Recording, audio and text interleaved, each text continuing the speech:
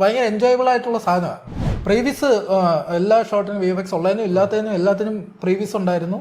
പടത്തിന്റെ core concept എന്ന് പറഞ്ഞാൽ 80s വരുന്ന ഒരു റെട്രോ ഫ്യൂച്ചറിസം എന്ന് പറയും. ഇവന്റെ പുറത്തൊക്കെയാണ് ഇങ്ങനെ ഡയറക്ടേഴ്സ് തന്നെ VFX സൂപ്പർവൈസേഴ്സ് ആയിട്ടുള്ള ഒരുവിധമുള്ള എല്ലാം ലൈവാ. ഇതിപ്പോ ഞാനൊരു ടീസറിൽ ഒരു റോബോട്ട് ഞാൻ കാണിക്കുന്നുണ്ട്. ഞാൻ ഒരു തെലുങ്ക് സിനിമയിൽ വർക്ക് ചെയ്ത്, സിനിമയുടെ പേര് ഞാൻ പറയുന്നില്ല. ഡയറക്ടറും ക്യാമറമാനും ഈഗോ ക്ലാഷ്. ടൈം എടുക്കുന്നതും നല്ലതാണ്, ടൈം എടുക്കാത്തതും നല്ലതാണ്. അപ്പോൾ ഇന്ന് നമ്മൾ വന്നിരിക്കുന്നത് നമ്മുടെ കുറച്ച് നാളായിട്ട് നമ്മളിങ്ങനെ പാതി വഴിക്ക് മുറിഞ്ഞു പോയ ഒരു സെഗ്മെന്റ് ആണ് ലൈറ്റ്സ് ക്യാമറ ആക്ഷൻ. കാര്യം ആ പാതി വഴിക്ക് മുറിഞ്ഞു പോയാൽ ആകെ നമ്മൾ ഒറ്റ എപ്പിസോഡേ ചെയ്തിട്ടുള്ളത്. ഇത് നമ്മുടെ 2ാമത്തെ എപ്പിസോഡാണ്. ഇന്ന് നമ്മുടെ കൂടെയുള്ള ആർട്ട് അദ്ദേഹം തന്നെ പരിചയപ്പെടുത്തും. എപ്പോഴും നമ്മൾ പറഞ്ഞിരിക്കുന്നത്. ഹായ്, എൻ്റെ പേര് ശ്രീജിത്ത് എന്നാണ്. സ്ക്രീൻ നെയിം വരുന്നത് ശ്രീജിത്ത് കലേരസ്. VFX ആർട്ടിസ്റ്റ് ആണ്. ഇപ്പോൾ ലേറ്റസ്റ്റ് ഒരു പടം വരുന്നുണ്ട്. ഇപ്പോൾ ഞാൻ ഇവിടെ വർക്ക് ചെയ്തത് മസ്തിഷ്ക മരണം ആണ്. അടുത്ത ആഴ്ച 27 ഫെബ്രുവരി 27 റിലീസാവുന്നു. ഡയറക്ടർ കൃഷാന്തേട്ടനാണ്. അപ്പോൾ നമുക്ക് ഡിസ്കസ് ചെയ്യാം. സിനിമയിൽ വർക്ക് ചെയ്തിട്ടുള്ള അതായത് ടെക്നീഷ്യന്മാരുമായിട്ടുള്ള ഒരു സെഗ്മെന്റ് ആണ് നമ്മുടെ. അപ്പൊ അതില് നമുക്ക് VFXനെ പറ്റി നമുക്കുള്ള ഡൗട്ടുകളും ഇപ്പൊ അദ്ദേഹം വർക്ക് ചെയ്ത പടത്തിന്റെ കുറച്ച് കാര്യങ്ങളും ഒക്കെ നമുക്ക് അറിയാനുള്ള ഒരു ഇതാണ്. സോ നമ്മുടെ ചോദ്യശരങ്ങൾ നമ്മൾ നമുക്ക് സംശയമുള്ള നമുക്ക് അറിയാത്ത പല കാര്യങ്ങളുണ്ടല്ലോ. അപ്പൊ അത് നമുക്ക് ചോദിക്കുക. അതെങ്ങനെയാണ് അത് ഇവരെ ഹാൻഡിൽ ചെയ്തുകൊണ്ടിരിക്കുന്നത് എന്നൊക്കെ അറിയാനുള്ള അങ്ങനത്തെ ഒരു പരിപാടിയാണ്. അപ്പൊ നമുക്ക് പരിപാടി തുടങ്ങാം. അപ്പൊ ആദ്യം നമ്മൾ ചോദിക്കുന്നത്, ഈ പരിപാടി കിട്ടിയപ്പം ഇതിന്റെ ഓവറോൾ എത്രത്തോളം വർക്ക് ചെയ്തു, എത്രത്തോളം ഷോട്ടുകളായിട്ടാണ് വർക്ക് ചെയ്തത്, അല്ലെങ്കിൽ എങ്ങനെയാണ് ഇത് ഷോട്ട് വരുന്നത്? ഓക്കെ, ഓരോ സെക്ഷനായിട്ട് പറയാം. ഇതിപ്പോൾ ഒരു സിനിമ നമ്മൾ വർക്ക് ചെയ്യുമ്പോഴത്തേക്ക് അത് full first half second half എന്ന് തിരിക്കുന്നത് വളരെ ചുരുക്കം എഡിറ്റേഴ്സ് ആയിരിക്കും. ഇതിപ്പോൾ റീൽ വൈസ് ആണ്. ഇപ്പോഴും റീൽ വൈസ് ഒരു 6 റീൽ 7 റീൽ വൈസ് ആണ് എഡിറ്റിങ് പോകുന്നത്. അപ്പോൾ ആ റീലിൽ എത്രത്തോളം VFX ഉണ്ടാവും എന്നുള്ളത് മാറ്റിയിട്ട് അതിൽ നിന്നുള്ള ഷോട്ട്സ് വരും. ഇപ്പോൾ ഓരോ ഷോട്ടിനും reel 1 shot 1 to 100, reel 2 shot 1 to 100, അങ്ങനെ ഒരു നെയിമിംഗ് സെക്ഷൻ പോയിട്ട് അതിൽ നിന്നാണ് നമുക്ക് ഷോട്ട് വരുന്നത്. ഈ ഷോട്ട് വരുമ്പോഴത്തേക്ക് ചിലപ്പോൾ ആ റീലിൽ തന്നെ ഒരു 10 സീൻ ഉണ്ടാവും. ഒന്ന് ജസ്റ്റ് ക്ലാരിഫൈ, ഈ റീല് പണ്ട് ഈ പറയുന്ന ഫിലിം ആയിരുന്ന സമയത്ത് ഉള്ള ആ ടെർമിനോളജി ആണ് ഇപ്പൊ ഇത്ര റീല് പടം എന്നൊക്കെയുള്ള അതല്ലേ? അതെ, ആ ടെർമിനോളജി തന്നെയാണ്.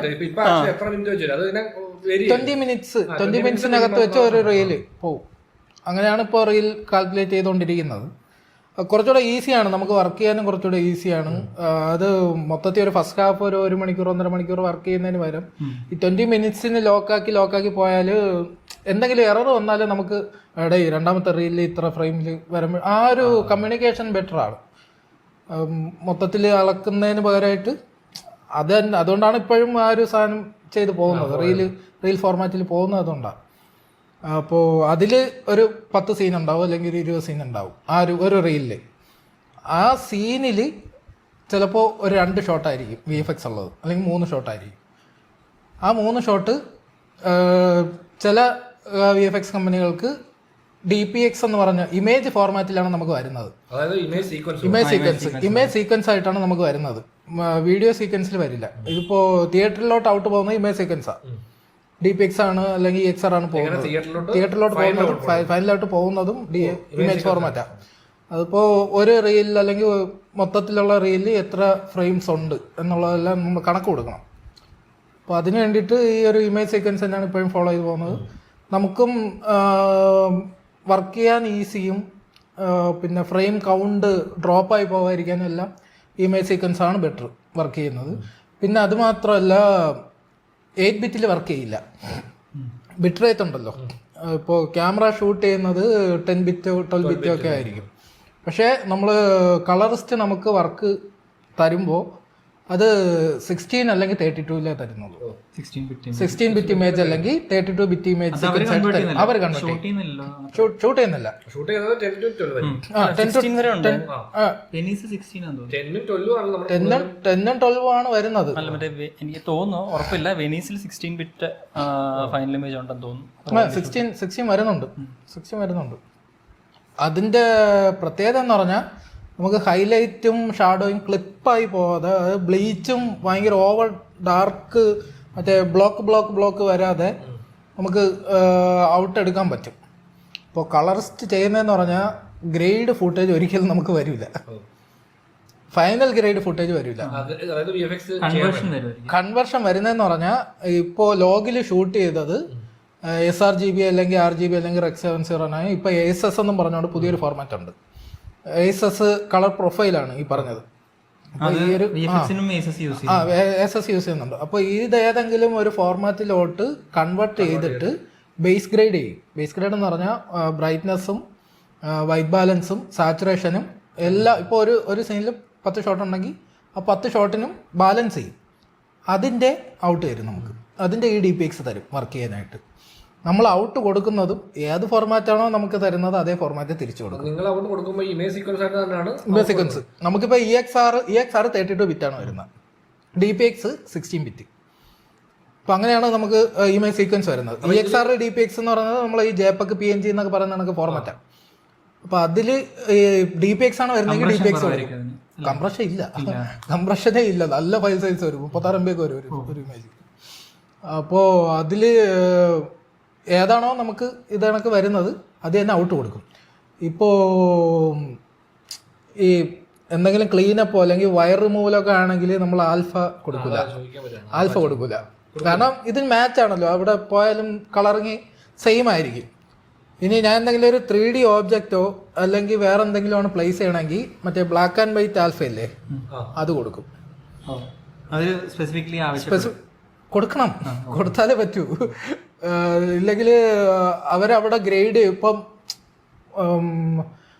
മറ്റേ മാസ്ക് ചെയ്ത് കളർ പിക്ക് ചെയ്തൊക്കെ ഗ്രേഡിങ് ചേഞ്ച് ചെയ്യുന്നുണ്ടെങ്കിൽ അല്ലെങ്കിൽ റെഡിൻ്റെ ഒക്കെ ഇൻറ്റൻസിറ്റി അവരവിടെ കൂട്ടുന്നുണ്ടെങ്കിൽ നമ്മൾ ഈ ആൽഫ കൊടുത്തില്ലെങ്കിൽ ചിലപ്പോൾ നമ്മൾ കൊടുക്കുന്നതിൻ്റെ ആ ഒരു ഗ്രാഫ് ഉണ്ടല്ലോ, ആ ഗ്രാഫ് മാച്ച് ആവാതെ വന്നാൽ ഇവർക്ക് അവിടെ അഡ്ജസ്റ്റ് ചെയ്യാൻ പറ്റില്ല. നമ്മൾ കൊടുക്കുന്നതും കൂടെ വെച്ചിട്ട് ഇവർക്ക് ഇത് പിക്ക് ചെയ്യാതെ ചെയ്യാൻ പറ്റില്ല. അപ്പം അങ്ങനെ വരുമ്പോഴത്തേക്ക് നമ്മൾ ഈ ആൽഫയും കൂടെ ബ്ലാക്ക് ആൻഡ് വൈറ്റ് ആൽഫയും കൂടെ കൊടുക്കും. ചില സാധനങ്ങൾ മാറ്റ് ആൽഫ തന്നെ കൊടുക്കും. അത് ടെക്സ്റ്റൊക്കെ പ്ലേസ് ചെയ്യുന്നുണ്ടെങ്കിൽ അങ്ങനെയൊക്കെ വരുന്നുണ്ടെങ്കിൽ ഈ ബാക്ക്ഗ്രൗണ്ട് അവർ തന്ന വിഷ്വൽ ഇല്ലാതെ നമ്മൾ പ്ലേസ് ചെയ്ത സാധനം മാത്രം ട്രാൻസ്പെറൻറ്റ് ആൽഫ കൊടുക്കും. അപ്പം അങ്ങനെ ഔട്ട് കൊടുക്കും.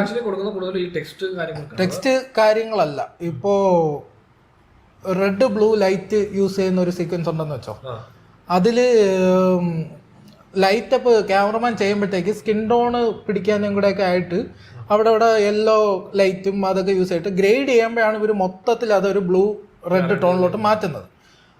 അപ്പോൾ അങ്ങനെ ഇവർ നമുക്ക് കളറിസ്റ്റ് നമുക്ക് വർക്ക് തരുമ്പോഴത്തേക്ക് ഇത് വരത്തില്ല, എന്താ ഈ ഫുൾ ഫൈനൽ ടോൺ പിടിക്കില്ല. ഇത് ബാലൻസ് മാത്രം ചെയ്ത് വരുമ്പോഴത്തേക്ക് നമുക്ക് ഈ ഒരു കറക്റ്റ് ടോൺ അല്ല, ജസ്റ്റ് കൺവേർട്ട് ചെയ്ത് ബാലൻസ് ചെയ്ത് വരുന്നേ ഉള്ളൂ. ഫൈനൽ ലുക്ക് പിടിക്കാത്ത DPX അല്ലെങ്കിൽ EXR ആയിരിക്കും നമുക്ക് വരുന്നത്. അപ്പോൾ അങ്ങനെയുള്ള സാധനങ്ങളിൽ നമ്മൾ ആൽഫ കൊടുത്താലും അവർക്ക് മുട്ടമണിയായിരിക്കും. കാരണം പിക്ക് ചെയ്യുന്ന സാധനം ഇവർ വീണ്ടും നമ്മൾ ടെക്സ്റ്റ് കൊടുക്കുന്നതിന് വേറെ ഗ്രേഡ് ആയിരിക്കും. ചിലപ്പോൾ മൊത്തം പച്ച നീലയുള്ളതിൽ നമ്മൾ ചുവപ്പ് മഞ്ഞായിരിക്കും ടെക്സ്റ്റ് കൊടുക്കുന്നത്. അപ്പോൾ അത് മാറ്റണമെങ്കിൽ ബാക്ക്ഗ്രൗണ്ട് ആൽഫ ആയിട്ട് ട്രാൻസ്പെറൻറ്റ് ബാക്ക്ഗ്രൗണ്ട് ഉള്ള ടെക്സ്റ്റ് ആയിട്ട് അങ്ങ് കൊടുക്കും. എന്നിട്ട് ചില സാധനങ്ങൾ ഗ്ലോ ഒക്കെ ആണെങ്കിൽ ഞാൻ സ്ക്രീൻ എഫക്റ്റ് അല്ലെങ്കിൽ മറ്റേ ആഡ് ബ്ലെൻഡിങ് മോഡില്ലേ അത് യൂസ് ചെയ്യുന്നുണ്ടെങ്കിൽ ഇതിപ്പോൾ ഒരു 4 ലെയർ കൊടുത്താൽ layer 1 normal, layer 2 screen, layer 3 add, layer 4 അങ്ങനെ ഔട്ടിൽ തന്നെ ലേബൽ ചെയ്തിട്ട് ഇതെല്ലാം കൂടെയാണ് ഔട്ട് കൊടുക്കുന്നത്. അപ്പോൾ അതവിടെ കളറിസ്റ്റ് മാച്ച് ചെയ്തിട്ട് ഇത് ഓക്കെ ആണോ മാച്ച് ആണോ എന്ന് അറിയാനായിട്ട് അതിൻ്റെ ഔട്ട് തരും. അത് ഞാൻ ഇവിടെ മാച്ച് ചെയ്തിട്ട് കൺഫേം ചെയ്തിട്ട് അത് ഇവർ പ്ലേസ് ചെയ്ത് ഔട്ട് എടുക്കും. ഞാൻ ഒറ്റയ്ക്കാണ് എന്റെ കൺഫേമിസ്റ്റ് ഞാൻ തന്നെ. ഇപ്പൊ ഒരു ട്രോൾ ഇറങ്ങിയായിരുന്നല്ലോ, ഓക്കെ നമ്മൾ ടീമായിട്ട് ഡിസ്കസ് ചെയ്തിട്ട് മറ്റേ മിഷൻ ഇമ്പോസിബിൾ മാസ്ക് മാറ്റൂലേ, അതായത് അല്ല ഇപ്പൊ മറ്റേ ഒരാള് ഇപ്പൊ എഡിറ്റർ എന്ന് പറയുന്ന ആളിലേക്ക് ഒരുപാട് സാധനം തന്നെയാണ്. അങ്ങനത്തെ ഒരു ഇപ്പൊ ചേട്ടൻ ചോദിക്കുകയാണ്. അതായത് ഈ സിനിമകളിൽ പലപ്പോഴും ഇങ്ങനെ ഈ VFXന്റെ ചെറിയ ചെറിയ എലമെന്റുകളും കാര്യങ്ങളൊക്കെ ആഡ് ചെയ്ത, അതായത് നമ്മൾ ഈ പറഞ്ഞ CGI സീനുകൾ അല്ലാത്ത സീനുകളൊക്കെ കാണുമ്പോഴും ആൾക്കാരെ ഒരുപാട് പേര് എഡിറ്റിംഗ് ഗംഭീരമാണ് എന്ന് പറയാറുണ്ട്. കാര്യം അവർ കോമൺ ആയിട്ട് എല്ലാത്തിനും എഡിറ്റിംഗ് ബാക്കിൽ കിട്ടുന്ന ഒരു ഇതിനെപ്പറ്റി അത്ര നോളജ് ഉള്ള ആൾക്കാരുണ്ട്. അത് എല്ലാ ഫീൽഡിലും അതുണ്ട്. ഇപ്പൊ നമ്മള് നല്ല പ്രൊഡ്യൂസർ എന്ന് പറഞ്ഞാലും അതിനകത്തും ഒരുപാട് പേരുണ്ട്. എക്സിക്യൂട്ടീവ് പ്രൊഡ്യൂസർ ഉണ്ട്, പ്രൊഡക്ഷൻ കൺട്രോളർ ഉണ്ട്, ഒരുപാട് സാധനത്തിന് എല്ലാത്തിനും കൂടെ പ്രൊഡ്യൂസർ എന്ന് പറയുന്ന പോലെ ഇപ്പൊ എഡിറ്റർ, ഈ പറയുന്ന കളറിസ്റ്റ്, എനിക്ക് തോന്നുന്നു ആളുകൾ കളറിംഗ് എന്ന് പറഞ്ഞ പരിപാടി ഉണ്ടെന്നറിയാം. പക്ഷെ അത് ആരെ എന്ത് വലിയൊരു കളറിംഗിൽ എടുക്കുകയാണെങ്കിലും കളറിസ്റ്റ് ഉണ്ട്, അസിസ്റ്റന്റ് കളറിസ്റ്റ് ഉണ്ട്, കൺഫോമിസ്റ്റ് ഉണ്ട്, പ്രൊഡക്ഷൻ ഹെഡ് എന്തോ ഇല്ലേ കളറിംഗില് പ്രൊഡക്ഷൻ ഹെഡ് ഉണ്ട്, എന്തോ ഒരു പേര് ഞാനിപ്പോ ഓർക്കുന്നില്ല. നമ്മുടെ ഫ്രണ്ട് അങ്ങനെ വർക്ക് ചെയ്യുന്നുണ്ട്. അത് ഓരോ സിനിമ അനുസരിച്ച് മാറും. ചിലപ്പോ നല്ല ബഡ്ജറ്റ് ഒക്കെ ഉള്ള മാൻ പവർ എടുക്കാൻ പറ്റുന്ന പ്രൊഡക്ഷൻ ആണെങ്കിൽ ഇനി ആള് വരും. അതില്ലാത്ത ടൈം കുറച്ച് വർക്ക് ചെയ്യുമ്പോഴേ ഇപ്പം 3 ആഴ്ചക്കുള്ളിൽ കൊടുക്കണം പറയുമ്പോഴേക്കും 4-5 പേരെ വെച്ചിട്ട് ഒരാള് അത് ഓപ്ഷൻ ഉണ്ട്. അത് എല്ലാവർക്കും കിട്ടാറില്ല. മറ്റേ കാന്താര 2 എന്തോ 3 ആഴ്ചക്കുള്ളിൽ എന്തോ അത് ഫുൾ പടം കളർ ചെയ്ത് കൊടുക്കണം എന്ന് പറഞ്ഞിട്ട് ഭയങ്കര. കാന്താരക്ക് 2 കളറിസ്റ്റ് ഉണ്ടായിരുന്നു, മെയിൻ കളറിസ്റ്റ് 2 പേരുണ്ടായിരുന്നു. അതുപോലെ തന്നെ മറ്റേ മ്യൂസിക്കിന്റെ കാര്യം അവർ പറഞ്ഞില്ലേ, ഫൈനൽ മിക്സിൽ ആ പ്രശ്നം ഉണ്ടായിരുന്നു. നമ്മൾ ആക്ച്വലി ഇപ്പൊ ബ്രോ വന്നിരിക്കുന്ന ഇപ്പൊ ലേറ്റസ്റ്റ് ബ്രോയുടെ പടം മറ്റേ മസ്തിഷ്കമരണമാണ്. അപ്പൊ ആ പടത്തെ പറ്റി അല്ലെ അതിലെ വർക്കുകളെ പറ്റി കുറച്ച്. മസ്തിഷ്കമരണം ഇവര് വർക്ക് കുറെ കഴിഞ്ഞിട്ടാണ് ഞാൻ ജോയിൻ ആവുന്നത്. ഞാൻ ഇപ്പൊ ചെന്നൈയിലെ സ്റ്റുഡിയോയിൽ ജനറലിസ്റ്റ് ആയിട്ട് വർക്ക് ചെയ്തുകൊണ്ടിരിക്കുകയായിരുന്നു. അപ്പൊ അവിടുത്തെ ക്ലൈമറ്റും പിന്നെ അവിടെ ഡെയിലി എനിക്ക് അസുഖം വരുന്നതേ. അങ്ങനെ ഞാൻ മൊത്തത്തിൽ അവിടെ നിന്ന് കട്ട് ചെയ്ത് ഇവിടെ വന്ന് ജസ്റ്റ് ഒന്ന് കൃഷ്ണാന്തട്ടനോട് ചോദിച്ചപ്പോഴത്തേക്ക് ഒരു വർക്ക് ഒരു 3 മാസം ആയി വർക്ക് തുടങ്ങിയിട്ട്. അപ്പോൾ ഇവര് ബാക്കി ഇനി റീൽസിൽ കൊടുക്കാൻ ഉണ്ടായിരുന്നതിൽ ഒരു 4 ഷോട്ട് എനിക്ക് ടെസ്റ്റ് തന്നിട്ട് അത് ഓക്കെ ആയി. അങ്ങനെ പിന്നെ വർക്കിലോട്ട് എൻ്റർ ആയതാണ് ഞാൻ. ഒരുവിധം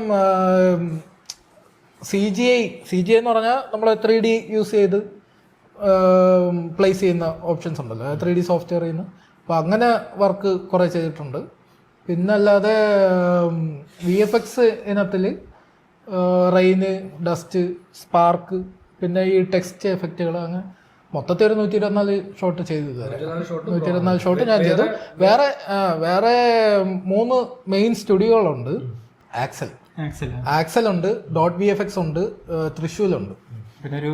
പിന്നെ ഫ്രീലാൻസ് ഈ ക്ലീനപ്പും ടെക്സ്റ്റും ഇതൊക്കെ ചെയ്യാനായിട്ട് ജനറലിസ്റ്റ് ആയിട്ട് അബിത്ത് എന്ന് പറഞ്ഞൊരു ഫ്രീലാൻസർ ഉണ്ട്.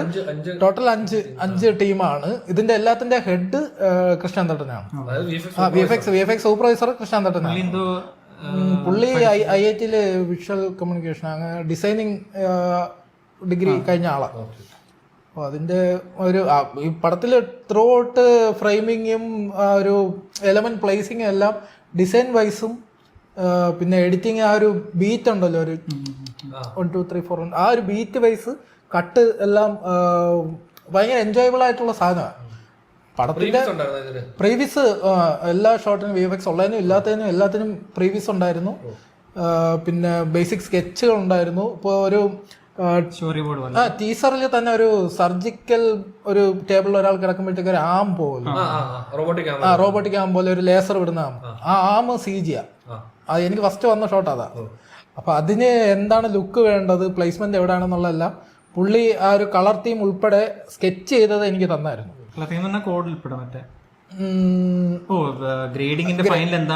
ഗ്രേഡിങ്ങിന്റെ അല്ല, നമ്മൾ ആ ഒരു പ്ലേസ് ചെയ്ത ആമില്ലേ, ആമിന്റെ ലുക്ക് എന്താണ് വേണ്ടതെന്നുള്ളത് പുള്ളി സ്കെച്ച് ചെയ്തിട്ട് എനിക്ക് തന്നായിരുന്നു. പിന്നെ അതിന്റെ ടെക്സ്ചറിന്റെ വേരിയേഷൻ എങ്ങനെയൊക്കെ വരണം എന്നുള്ള എല്ലാം പുള്ളിക്ക് ഐഡിയ ഉണ്ട്. മെറ്റീരിയൽ എന്താണ് വേണ്ടതെന്നുള്ള പുള്ളിക്ക് ഐഡിയ ഉണ്ട്. അപ്പോൾ ആ ഒരു സാധനം അങ്ങോട്ടും ഇങ്ങോട്ടും മാറാതെ ഔട്ട് കൊടുക്കുക എന്നുള്ളതാണ് നമ്മുടെ ജോലി. എത്രത്തോളം ഇപ്പം ശ്രീത്തിന്റെ സൈഡിൽ നിന്ന് എത്രത്തോളം ഇൻപുട്ട് ഇതിനകത്ത് വന്നിട്ടുണ്ട്? അതോ ഫുള്ളി ഡിസൈൻഡ് അല്ല, നമുക്ക് വർക്ക് ചെയ്യാൻ നല്ല ഓപ്ഷൻ തരുന്നുണ്ട്. ഇപ്പോൾ ടെക്സ്റ്റ് ആയാലും പുള്ളി പറയും, ശ്രീത ഇവിടെ ഒരു ഫണ്ണി ആയിട്ടുള്ള ഇങ്ങനെ കുറച്ച് എലമെന്റ്സ് വേണമെന്ന് പറയും. ഓക്കെ ഏട്ടാ ഞാൻ ട്രൈ ചെയ്ത് നോക്കാന്ന് പറഞ്ഞിട്ട് ഞാൻ ഒരു സാധനം കൊടുക്കുമ്പോൾ ഓക്കെ ആണെങ്കിൽ അപ്പോഴേ ലോക്ക് ചെയ്യും, ഒന്നും മാറ്റണ്ട, ഇത് വെച്ച് വർക്ക് ചെയ്തോന്ന് പറയും. ഇനി കുറയ്ക്കണമെങ്കിൽ കുറയ്ക്കാൻ പറയും, കൂട്ടണമെങ്കിൽ കൂട്ടാൻ പറയും. അതിപ്പോൾ വേരിയേഷൻ വരും. പിന്നെ എനിക്കൊരു ഫുൾ ഇതേപോലെ നമ്മുടെ പറക്കുന്ന ജീപ്പ്, പിന്നെ ഡെലിവറിയൊക്കെ full ഡ്രോണാണ്, home delivery full ഡ്രോണാണ്.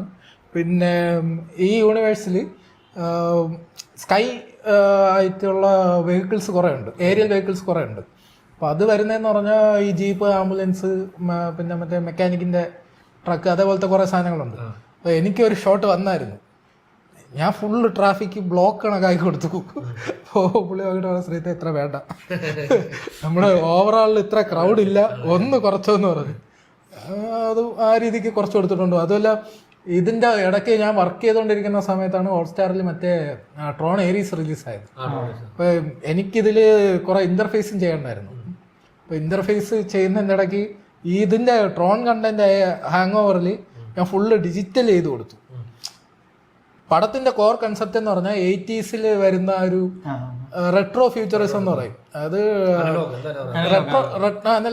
Retro futurism മൊത്തത്തില് ഡിസൈൻ ടീമെ ആർട്ട് ചെയ്തേക്കുന്നതേ ആ ഒരു തീമാണ്. ടെക് കുറവാണ്, അല്ലല്ല, മെറ്റീരിയൽസും ഡിസൈനിങ്ങും ഒന്നും മാറിയിട്ടില്ല, ടെക് ഉണ്ട്. അതിപ്പം TV നമ്മുടെ പഴയ CRT TV ആണ്, പക്ഷെ അത് ടച്ച് സ്ക്രീൻ ആയിരിക്കും. ആ ഒരു സെറ്റപ്പാണ്. അപ്പോൾ ശ്രീത്തെ ഡിജിറ്റൽ വേണ്ട, ഒന്ന് നമ്മുടെ തീവിലോട്ട് കൊണ്ടുവരാൻ പറയും. അപ്പോൾ ഈ ഞാൻ അയച്ചു കൊടുക്കുന്നതിന് തന്നെ പുള്ളിക്ക് വർഷം 1 ഞാൻ കൊടുക്കുന്നതെങ്കിലും ഞാൻ ഇവിടെ ഒരു 3 ഔട്ട് എടുത്തിട്ടുണ്ടായിരിക്കും. വർഷം 1, വർഷം 2, വർഷം 3 ഞാൻ എടുത്തിട്ട് ഞാൻ എൻ്റേതായിട്ടുള്ള രീതിയിൽ ഒരു സൂപ്പർവിഷൻ ചെയ്തിട്ടാണ് കൊടുക്കുന്നത്. അതാണ് ഞാൻ അവിടെ വെർഷൻ 1 കൊടുക്കുന്നത്.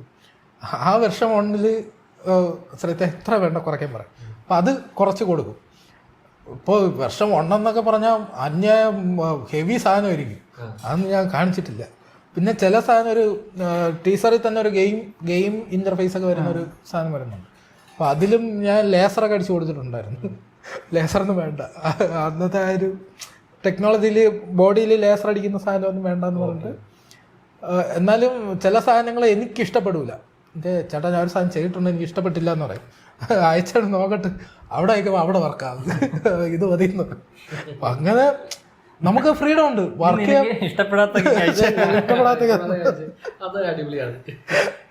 അപ്പോ ആ ഒരു ഫ്രീഡം വരുന്നുണ്ട്.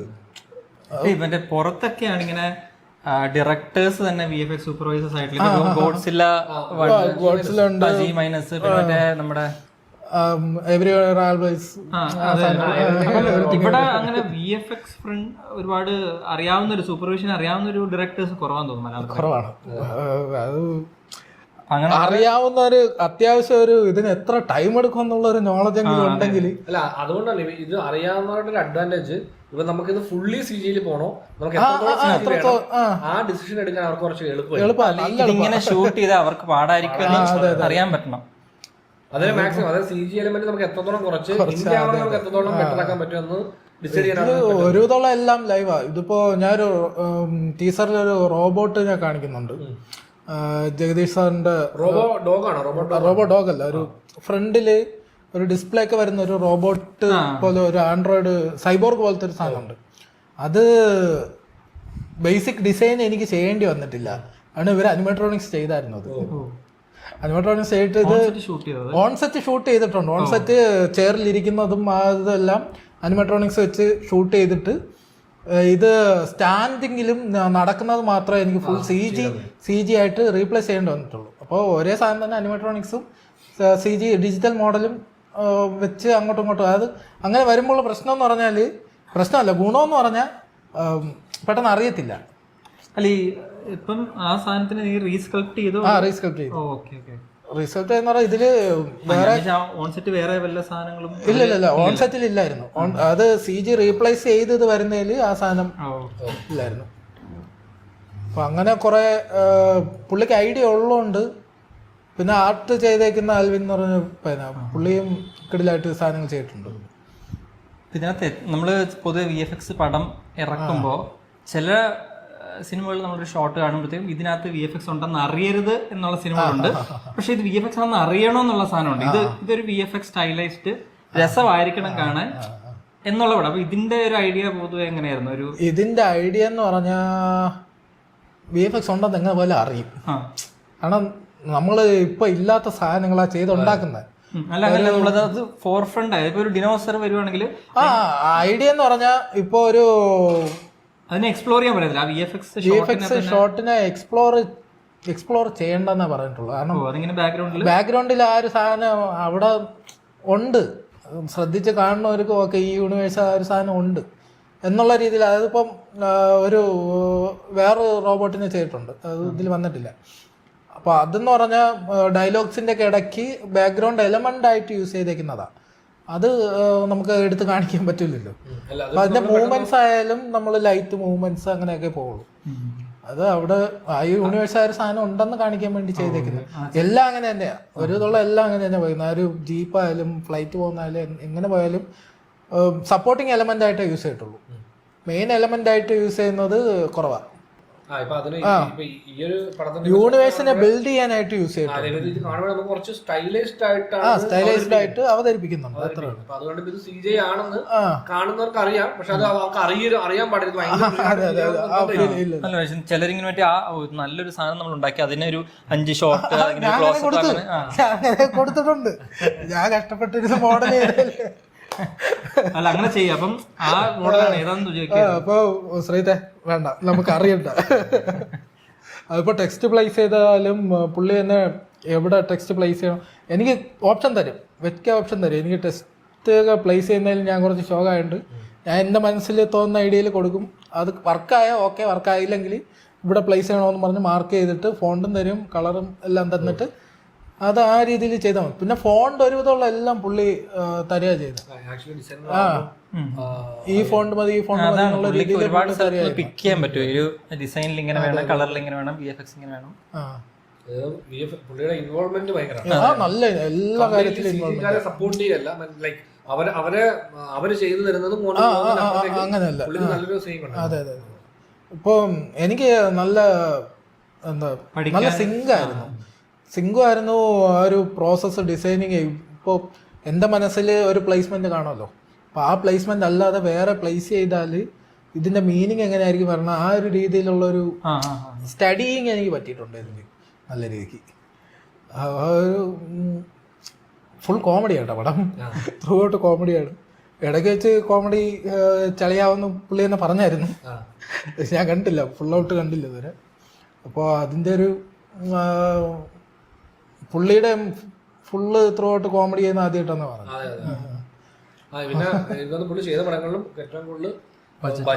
ക്യാൻവാസ് കൂടിയത് ഇതാ, നല്ല ഹൈ ക്യാൻവാസ്.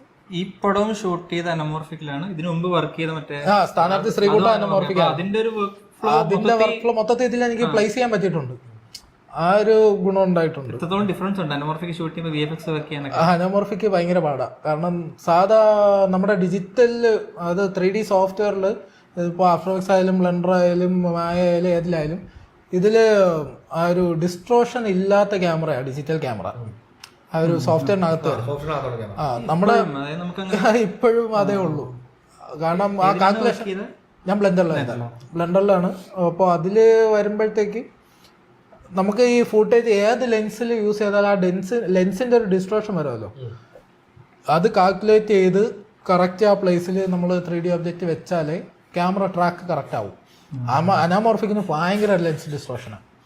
അപ്പം അത് വരുമ്പോഴത്തേക്ക് സോഫ്റ്റ്നെസ് ഒക്കെ നമുക്ക് മാച്ച് ചെയ്യാം. ഡിസ്ട്രോഷൻ വന്നാലേ ക്യാമറ കറക്റ്റ് ട്രാക്ക് ആവുള്ളൂ, അല്ലെങ്കിൽ പ്ലേസ് ചെയ്യുന്ന ഓബ്ജക്റ്റ് അവിടെ ഇരിക്കത്തില്ല. ക്യാമറ ഇങ്ങനെ പോകുമ്പോഴത്തേക്ക് ഓബ്ജക്റ്റ് ഇങ്ങോട്ട് പോകും. ആ ഒരു വ്യത്യാസം നമുക്ക് ക്യാമറ ട്രാക്കിംഗ് കുറച്ച്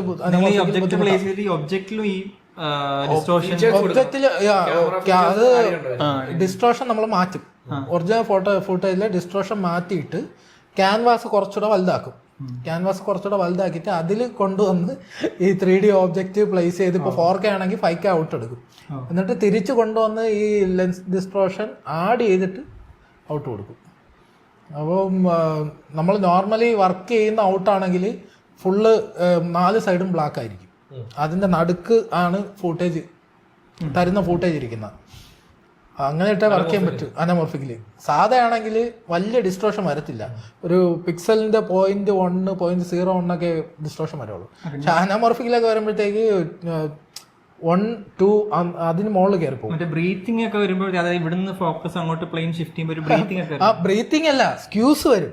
ഇപ്പോ ഫോർഗ്രൗണ്ടിലുള്ള ഓബ്ജക്റ്റിനെ ഫോക്കസ് വെച്ചിട്ട് ബാക്ക്ഗ്രൗണ്ടിലുള്ള ഫോക്കസ് പോകുമ്പോഴത്തേക്ക് എക്സ്പാൻഷനും ഇത് വരുന്നുണ്ട്. നല്ല രീതിയിൽ സ്ക്യൂസ് പോകും. അതിന് സെപ്പറേറ്റ് വേറെ ട്രാക്ക് ചെയ്യണം. ഈ ട്രാക്കിങ് പറ്റില്ല. പിന്നെ അനമോർഫിക്കിന്റെ മറ്റേ ക്രോമാറ്റിക് അബ്രേഷൻ വരും. അതും എക്സ്ട്രാ ആഡ് ചെയ്യും. അത് എക്സ്ട്രാ ആഡ് ചെയ്യും. അത് ചെയ്യുന്നവരെ സംബന്ധിച്ച് ഇതൊക്കെ ഇഷ്ടമുള്ള സാധനങ്ങൾ. ഈ ഒരു ഇംപെർഫെക്ഷൻ ഭയങ്കര രസമുള്ള സാധനമാണ്.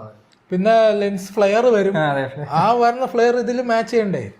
ആക്ച്വലി ആ ലെൻസ് ഫ്ലെയറിന്റെ കാര്യം പറഞ്ഞോ, കടുവ എന്ന് പറഞ്ഞ സിനിമയിൽ അതില് ഈ പറഞ്ഞ പോലെ നമ്മുടെ ഷമീർ മുഹമ്മദ് എഡിറ്റർ, അപ്പൊ അദ്ദേഹം ഒരുപാട് പേര് അദ്ദേഹത്തെ കുറ്റം പറഞ്ഞു. അതായത് എഡിറ്റർ ആഡ് ചെയ്തതാണ് പ്ലസ് ആഡിങ് ഉണ്ടാവില്ല. അഡീഷൻസ് ബൂസ്റ്റ് ചെയ്തിട്ടുണ്ടാവും, കളറ് നമുക്ക് ബൂസ്റ്റ് ചെയ്യാനായിട്ടുള്ള ഓപ്ഷൻ അധികം വരുന്നുള്ളൂ. മറ്റേത് യൂസ് ചെയ്യുന്ന മറ്റേ ND-PL ഫിൽറ്റർ ഇല്ലേ, അതിനനുസരിച്ച് ഫിൽറ്റർ ഇവര് പറയുന്നുണ്ട്. അപ്പം അന്ന് ഷമീർ പറഞ്ഞത് ഈ സിനിമോട്ടോഗ്രാഫർ ഒരു ഫിൽറ്റർ യൂസ് ചെയ്യുന്നത് എക്സ്ട്രാ, കൂടാണ് ഈ ഇമ്പാക്ട്. അത് നമ്മള് ഫൈനൽ ഗ്രേഡ് വരുമ്പോഴത്തേക്കും ഇത് കുറച്ച് ഹൈലൈറ്റ് ആയിട്ട് നിൽക്കും. കാരണം ഇത് കട്ട് ചെയ്ത് കുറയ്ക്കാനും പറ്റൂല. ഇല്ല, അതിലൊരു ഷോട്ട് ഉണ്ട്. പക്ഷേ ഇല്ല, അതില് ഒരു ഈ ഫ്ലെയർ എവിടെയൊക്കെ വരുന്ന വെച്ചാൽ ഒരു വെള്ളം ഇങ്ങനെ തെറിക്കുന്ന ഷോട്ട് ഉണ്ട്. വെള്ളത്തില് ഈ ലൈറ്റ് റിഫ്രാക്ട് ആവുന്നില്ലേ, അവിടെ എല്ലാത്തിലും അപ്പൊ അത് ഭയങ്കര ഓവർ ആയിട്ട് നമുക്ക് ഫീൽ ചെയ്യും. നമ്മൾ ആക്ച്വലി ലെൻസ് ഫ്ലെയർ ഇപ്പൊ നമ്മുടെ എംപുരാനായാലും ലൂസിഫർ ആയാലും ഇത് രണ്ട് അരവോ ഫീൽ ചെയ്യുന്നത്. അതിനകത്ത് നമുക്ക് കുറച്ചുകൂടെ നീറ്റ് ആയിട്ട് അറിയാം. ഇതില് ലെൻസ് ഫ്ലെയർ കുറവാ, മസ്തിഷ്ക വർണ്ണത്തിൽ ലെൻസ് ഫ്ലെയർ കുറവാ. പുള്ളി വേറെ ഫിൽറ്ററിന്റെ പേര് ഞാൻ മറന്നുപോയി. ആ ഫിൽറ്റർ വരുത്തിച്ചിട്ട് ബ്ലൂമാ കൊടുത്തേക്കണം. ഗ്ലോ ഉണ്ടല്ലോ, ഹെലേഷനാണ് കൊടുത്തേക്കുന്നത്. ഈ ഒരു അനോമോർഫിക്കിന്റെ ആ ഒരു normal traditional lens flare cut ചെയ്തിട്ട് പഴയ നമ്മുടെ 80s TV ഷോസ് സിനിമാസിലൊക്കെ ഒരു സ്പിൽബർഗിന്റെ ഒക്കെ പടം കാണുമ്പോഴത്തേക്ക് അതിലൊരു ഗ്ലോ ഉണ്ട്, ലൈറ്റ് ബ്ലൂം പോലെ. അത് വരാൻ വേണ്ടിയിട്ടുള്ള ഫ്ലെയർ. ഇതിലിപ്പോ ഫ്ലെയർ അനോമോർഫിക്കിന്റെ ഫ്ലെയർ വരുന്നുണ്ടെങ്കിൽ ഞാൻ CG ജീപ്പിന്റെ മറ്റേ ഫ്ലൈയിങ് ജീപ്പിന്റെ ഹെഡ്ലൈറ്റിൽ ഞാൻ ഒരു ലെൻസ് ഫ്ലെയർ കൊടുത്തിട്ടുണ്ട്. അത് നല്ല എന്താ ഓലമടൽ വെട്ടിവെച്ചണൊക്കെ ഒരു പ്ലാൻ കൊടുത്തിട്ടുണ്ട്. അത് മാത്രമേ ഉള്ളൂ. ഫ്ലൈങ് ജീപ്പിന്റെ നേരത്തെ പറഞ്ഞു. ഫ്ലൈയിങ് ജീപ്പിന്റെ ക്യാമറ ഓണാക്കുന്നതിന് മുമ്പല്ലോ. ആ ഫ്ലൈയിങ് ജീപ്പിന്റെ അത് ക്രോമയുടെ ഓപ്പോസിറ്റ് ഈ ജീപ്പ് വന്ന് ഇറങ്ങുന്നത്. അത് ജീപ്പിന്റെ നല്ല ക്ലോസ് ആണ്. അപ്പൊ അതിന്റെ ആ ഒരു ഫ്ലെയറും ആ ഗ്ലോ ഫുള്ളി CG അല്ല. ഫോർഗ്രൗണ്ടില് ലൈവ് ഫുട്ടേജ്, ബാക്ക്ഗ്രൗണ്ടില് jeep. Background full CG. Jeep completely 3D model. അത് ഇതില് ജീപ്പിന്റെ ഇന്റീരിയർ അല്ലാതെ ഷൂട്ട് ചെയ്തു. വേറെ ആൾക്കാരുണ്ട്. അപ്പൊ ജീപ്പിന്റെ ഇന്റീരിയർ ഷൂട്ട് ചെയ്തിട്ട് എക്സ്റ്റീരിയർ കാണിക്കുന്നത് ഫുൾ CG ആ. അത് പഴയ ജീപ്പിന്റെ മോഡലില് പുതിയ മറ്റേ നമ്മുടെ ജെറ്റ് എഞ്ചിന്റെ വീല് വന്ന എങ്ങനെ ഇരിക്കും ആ സെറ്റപ്പാ. അതിന്റെ ടീസറിലുണ്ട്. മറ്റേ ലോ ആംഗിളിൽ ഒരു സാധനം പറന്നിറങ്ങുന്ന സാധനമുണ്ട്. ഫിസിക്സ് പഠിക്കാൻ പറ്റി കുറെ ലെൻസിന്റെ. അതായത് എപ്പോഴും ഈ VFX ചെയ്യുമ്പോ ഒരുപാട് പേര് നമ്മൾ കാണുമ്പോ ഇടയിൽ VFX ആണല്ലോ എന്ന് കംപ്ലീറ്റ്ലി ആൾക്കാർക്ക് കിട്ടുന്നതിന്റെ മെയിൻ സംഭവം ഫിസിക്സ് അപ്ലൈ ചെയ്യുന്നുണ്ട്. നമ്മൾ പണ്ട് പറയുന്ന പോലെ ഈ കാഴ്ചക്ക് രസമുണ്ടോ എന്ന ലൈനിൽ നമ്മൾ VFX ചെയ്തിട്ട് ഇതിങ്ങനെ സംഭവിക്കില്ലല്ലോ. അതെ, അങ്ങനെ ഒരു തോട്ട് പ്രോസസ് നല്ല രീതിക്ക് ഇതില് അപ്ലൈ ചെയ്യാൻ കുറച്ച് റിസർച്ച് ചെയ്യാനൊക്കെ പറ്റിയിട്ടുണ്ട്. ഞാൻ വീട്ടില് എന്തെങ്കിലും മറ്റേ ഹോട്ട് വീല് കുറെ ഇരിപ്പുണ്ട്. ഹോട്ട് വീലൊക്കെ എടുത്തിട്ട് ചേട്ടാ ഈ ഫോണിൽ ഷൂട്ട് ചെയ്തിട്ട് ചേട്ടാ ഇതിൽ ഇങ്ങനെ വന്ന ആ ലൈറ്റിന്റെ ബാക്കിൽ ഇത് വന്നാൽ ഇവിടെ നിന്ന് ഇങ്ങനെ ഗ്ലോ കയറി വരും, ക്യാരക്ടറിന് ഇവിടെ ലൈറ്റ് അടിക്കുന്നുള്ള സാധനമൊക്കെ അപ്പോഴപ്പോഴും അപ്ഡേറ്റ് ചെയ്തിട്ട് ഓക്കെ നീ ചെയ് ബ്രോ ചെയ് വേഷം നോക്കൂ. ഓക്കെ ആണ്, ക്യാമറമാൻ എല്ലാവർക്കും കൺവിൻസ് ആണെങ്കിൽ അപ്പോഴേ അപ്രൂവ്. ഇതിപ്പോൾ 10 ദിവസം കൊണ്ട് ഒരു ഷോട്ട് തീർത്ത സീൻസും ഉണ്ട്, ഒരു ദിവസം കൊണ്ട് 10 ഷോട്ട് തീർത്ത സീൻസും ഉണ്ട്. പല ടൈപ്പ്. ടോട്ടല് ഒക്ടോബർ 19 എനിക്ക് ഫസ്റ്റ് സെറ്റ് വരുന്നത് ഈ വർഷം. ഇപ്പോൾ ഒരു ജനുവരി ഒരു 26 വരെയൊക്കെ വർക്ക് ചെയ്തു. ഫൈനല് ഫുൾ കൊടുത്തു. ഫോണെന്ന് പറഞ്ഞാൽ മറ്റേ നമ്മളെ സ്നാപ്പ് ബ്രേസ്ലെറ്റ്, സ്നാപ്പ് ബാൻഡിൽ ലേസർ വന്നിട്ട് ഇവിടെ ഡിസ്പ്ലേ വരുന്ന സാധനങ്ങളാണ്, ഹോളോഗ്രാം. ഹോളോഗ്രാം അല്ല, സ്നാപ്പ് ബാൻഡ് ആർട്ട് ചെയ്തിട്ട് അതില് CG ചെയ്ത് ഹോളോഗ്രാം മൊത്തം ചെയ്യുകയും ചെയ്ത്. അപ്പൊ അങ്ങനത്തെ കുറെ ഷോട്ടുകൾ വന്നു. എവിടെയൊക്കെ എന്തൊക്കെ പുതിയ പരിപാടി കൊണ്ടുവരിക അതൊക്കെ കൊണ്ടുവന്നിട്ടുണ്ടെന്ന് തോന്നല്ലേ. പുതിയ പരിപാടി നമുക്ക് പറയാൻ പറ്റൂല ഇതൊന്നും. അല്ല മറ്റേ VFXന്റെ അല്ല, പടത്തിലെ അത് തന്നെ പടത്തിലും പുതിയ പരിപാടി എന്ന് പറയാൻ പറ്റില്ല. ഓൾറെഡി ഉള്ള സാധനങ്ങളിൽ നിന്ന് ഇൻസ്പിറേഷൻ എടുത്തിട്ട് നമ്മുടെ കേരളത്തിൽ അതെങ്ങനെ പ്ലേസ് ചെയ്യാന്നുള്ള രീതി പ്ലേസ് ചെയ്തു. അതായത് നമ്മൾ ഫോറിൻ പടങ്ങളിൽ ഫ്യൂച്ചറിസ്റ്റിക് സിനിമകളിൽ കണ്ട ചില എലമെന്റുകളെ നമ്മുടെ നാട്ടിൽ പ്ലേസ് ചെയ്യാൻ പറ്റും. ഒരുവിധമുള്ള എല്ലാ മേക്കേഴ്സിനുള്ളതാണ്. ഇവരുടെ ഫേവറേറ്റ് ഡയറക്ടറിൻ്റെന്നോ അങ്ങനെയൊക്കെ വരുമ്പോഴത്തേക്ക് അതിൽ നിന്നുള്ള എലമെന്റ് എന്തെങ്കിലുമൊക്കെ ഇതിൽ വരണമെന്നുള്ള രീതിയിൽ ഉണ്ടാവുമല്ലോ. അപ്പം ആ രീതിക്ക് പുള്ളിക്ക് ഇൻസ്പിറേഷൻ വന്നിട്ടുള്ള കുറച്ച് സംഭവങ്ങളൊക്കെ നമ്മൾ ഇതിൽ അപ്ലൈ ചെയ്തിട്ടുണ്ട്.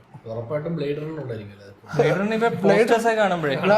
പോസ്റ്റേഴ്സിന്റെ എല്ലാം ഏകദേശം ബ്ലേഡ് റണ്ണർ യൂസ് ചെയ്തിരിക്കുന്ന പഴയത് ബ്ലേഡ് റണ്ണർ ബേസിക്കലി ഭയങ്കര ഫാൻ ബേസ് ഉള്ള പടമാണെങ്കിലും ഇതുവരെ എനിക്കത് കംപ്ലീറ്റ് കാണാൻ പറ്റിയിട്ടില്ല. കാര്യം രണ്ട് രീതിയിൽ നല്ലതാണ്. എനിക്ക് രണ്ടിന്റെയും ഡയറക്ടേഴ്സിന് ഇഷ്ടമാണ്. അല്ല, പഴയതിന്റെ ബാക്കിയായിട്ടല്ലേ പുതിയ വന്നേക്കുന്നത്. അതെ, പക്ഷെ രണ്ട് സ്റ്റൈൽ വൈസ് രണ്ട് സ്റ്റൈലാണ്. എസ്പെഷ്യലി ലേറ്റസ്റ്റ് ഡെനി വില്ലിയമിന്റെ പടങ്ങൾ പറയുന്നത് കുറച്ചധികം ക്ഷമയോടെ കാത്തിരുന്നാലേ ആ സിനിമയിൽ എന്തെങ്കിലും നടക്കും. അത് ലൈക്ക് നമ്മളതിന്റെ ഇനിഷ്യൽ അപ്രോച്ചിൽ ഒരു സൈഫൈ പടം എന്നുള്ള ലൈനിൽ ഇരുന്ന് കഴിഞ്ഞാൽ അത് അങ്ങനെയല്ല അതിന്റെ പരിപാടി പോകണത്. അതുകൊണ്ട് തന്നെ എനിക്ക് ഒരുപാട് ടൈം എടുത്തു. പഴയ പടവും ഈ പറയുന്ന പോലെ വിജയിക്കാത്ത സിനിമയാണ്. പക്ഷെ അത് കുറെ കൂടെ കാണുമ്പോൾ കുറെ കൂടെ ഒരു കൊമേഴ്ഷ്യൽ പടത്തിന് ആൾക്ക് മനസ്സിലായില്ല. ഇതിലും അങ്ങനെയാണ്. ഈ പുതിയ പടം അങ്ങനെ ഇത് നമ്മൾ കണ്ടോണ്ടിരിക്കുമ്പോൾ ഇത് എങ്ങോട്ടായി സഞ്ചരിക്കാന്ന് വെച്ചാൽ ഇങ്ങനെ റയാൻഗോസ്ലിംഗ് ഇങ്ങനെ നടക്കുകയാണ്, ഇങ്ങനെ ഒരു ഡിസ്കവറി നടക്കണം. അപ്പൊ നമ്മൾ ഓക്കെ നടക്കട്ടെ, നമ്മളെ വെയിറ്റ് ചെയ്യാം.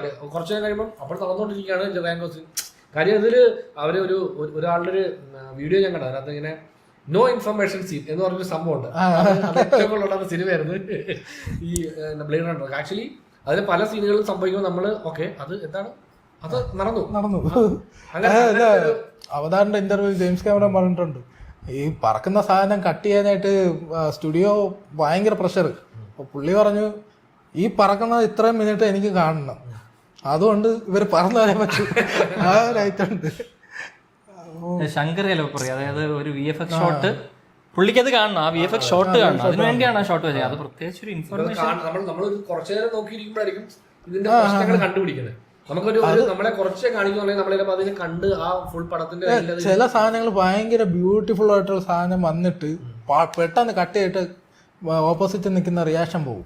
അതാണ് പുതിയ ട്വിസ്റ്റർ ഇല്ലേ, പുതിയ ട്വിസ്റ്ററിന്റെ കോൾഡോർ ക്രൂവിന്റെ റിയാക്ഷൻ വന്നപ്പോഴത്തേക്ക് അവര് ആ മറ്റേ മഷ്റൂം ക്ലൗഡ് ഇങ്ങനെ ബിൽഡായി വന്ന് അത് കണ്ട് നമ്മൾ എൻജോയ് ചെയ്യണതിന് മുമ്പ് ഇപ്പുറത്ത് കട്ട് പോകും ആൾക്കാരുടെ റിയാക്ഷനിലേക്ക്. അത് ആക്ച്വലി അവരുടെ എന്താ ഒരുപാട് റിയാക്ഷൻ വീഡിയോ അവർ പറയുന്നത് എഡിറ്റിംഗില് ഈ VFXലെ നല്ല മാക്സിമം എഡിറ്റില് അതും അവരുടെ ഡിസിഷൻ ഭാഗമാണ് എന്നുള്ളതുകൊണ്ടാണ്. നോർമൽ ഓഡിയൻസിനെ സംബന്ധിച്ച് ചിലർക്ക് ഇഷ്ടമാണ് ഇത് കണ്ടോണ്ടിരിക്കാൻ, ചിലർക്ക് കഥ പെട്ടെന്ന് പോകണമെന്നുള്ള ഒരു മൈൻഡ് വരും. അത് തന്നെ ഫിലിം മേക്കേഴ്സിന്റെ ഇൻട്രസ്റ്റ് അതിലായിരിക്കും. അപ്പൊ അതുകൊണ്ട് VFX കൊണ്ട് കാണിച്ചു നമ്മുടെ അടുത്ത ഇവരുടെ റിയാക്ഷൻ ഡയറക്ടേഴ്സ് ആയിരിക്കും നമ്മൾ ഫോക്കസ് ചെയ്യുന്നുള്ള.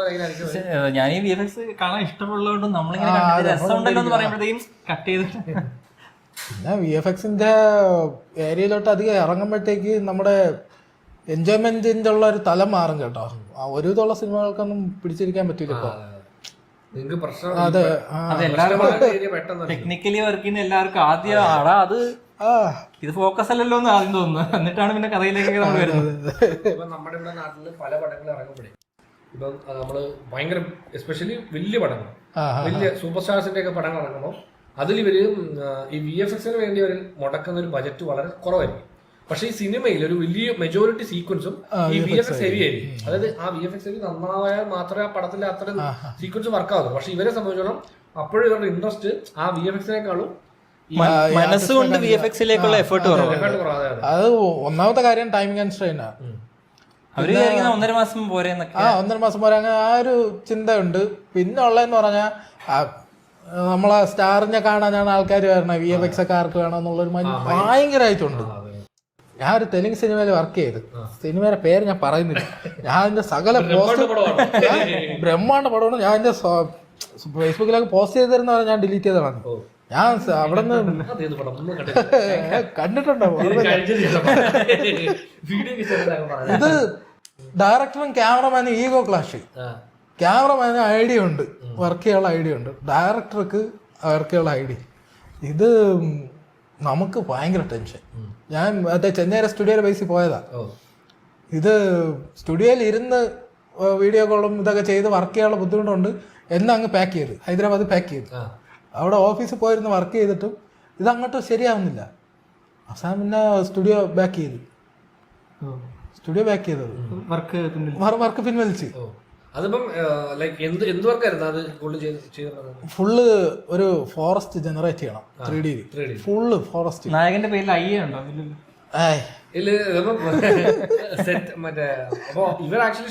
ഷൂട്ട് ചെയ്ത് ഫുള്ള് ബ്ലൂ സ്ക്രീനൊക്കെ ഇട്ട് ഷൂട്ട് ചെയ്ത്. അതില് ഇപ്പോ നമ്മൾ 3 പേരും ഇവിടെ സംസാരിക്കുന്നു. നിങ്ങൾക്ക് 2 ഷോട്ട് വെച്ചിട്ടുണ്ട്, നമുക്കും 2 ഷോട്ട് വെച്ചിട്ടുണ്ട്. അവിടെ അറിയാമോ? ഇവിടെ ഈ 2 ഷോട്ടിൽ ഇവിടെ വരുന്ന മരം ഈ 2 ഷോട്ടിൽ ഇവിടെ വരണ്ടേ? ഡയറക്ടർക്ക് അത് ഇപ്പുറത്ത് വരണം. അതൊരു 135-140 ഷോട്ടുണ്ട് മൊത്തം. 140 ഷോട്ടിലും മരത്തിൻ്റെയൊക്കെ ഫുള്ള് കാട് നമ്മൾ ജനറേറ്റ് ചെയ്യുന്നതാണ്. ട്രീ അവിടെ പ്ലേസ് ചെയ്യുന്ന ഫോർഗ്രൗണ്ടിൽ മാത്രമേ അത്യാവശ്യം കയറ്റി പ്ലേസ് ചെയ്യുള്ളൂ. ബാക്കി മൊത്തം നമ്മൾ ജനറേറ്റ് ചെയ്യുന്നതല്ലേ. പാർട്ടിക്കിൾസ് ആയിട്ട് നമ്മൾ കാൽക്കുലേറ്റ് ചെയ്തങ്ങ് വെതർ ഇടുക. അത് ഓരോ ഷോട്ടിൽ മാറ്റണം എന്ന് പറഞ്ഞാൽ ഭയങ്കര പണിയാണ് കാൽക്കുലേഷനൊക്കെ. അവസാനം പിന്നെ അത് നടക്കാത്തതുകൊണ്ട് ബാക്ക് അടിച്ച് പടം ഇറങ്ങി വൻ ട്രോളൊക്കെ കിടപ്പുണ്ട്. ഈ ബഡ്ജറ്റില് അവിടെ എങ്ങനെയാ തെലുങ്കില് ആവശ്യത്തിന് ബഡ്ജറ്റ് കൊടുക്കും, ബഡ്ജറ്റ് കൊടുക്കും, സമയം കൊടുക്കില്ല, കാശറിഞ്ഞ് പെട്ടെന്ന് ചെയ്തു. അതാണ്.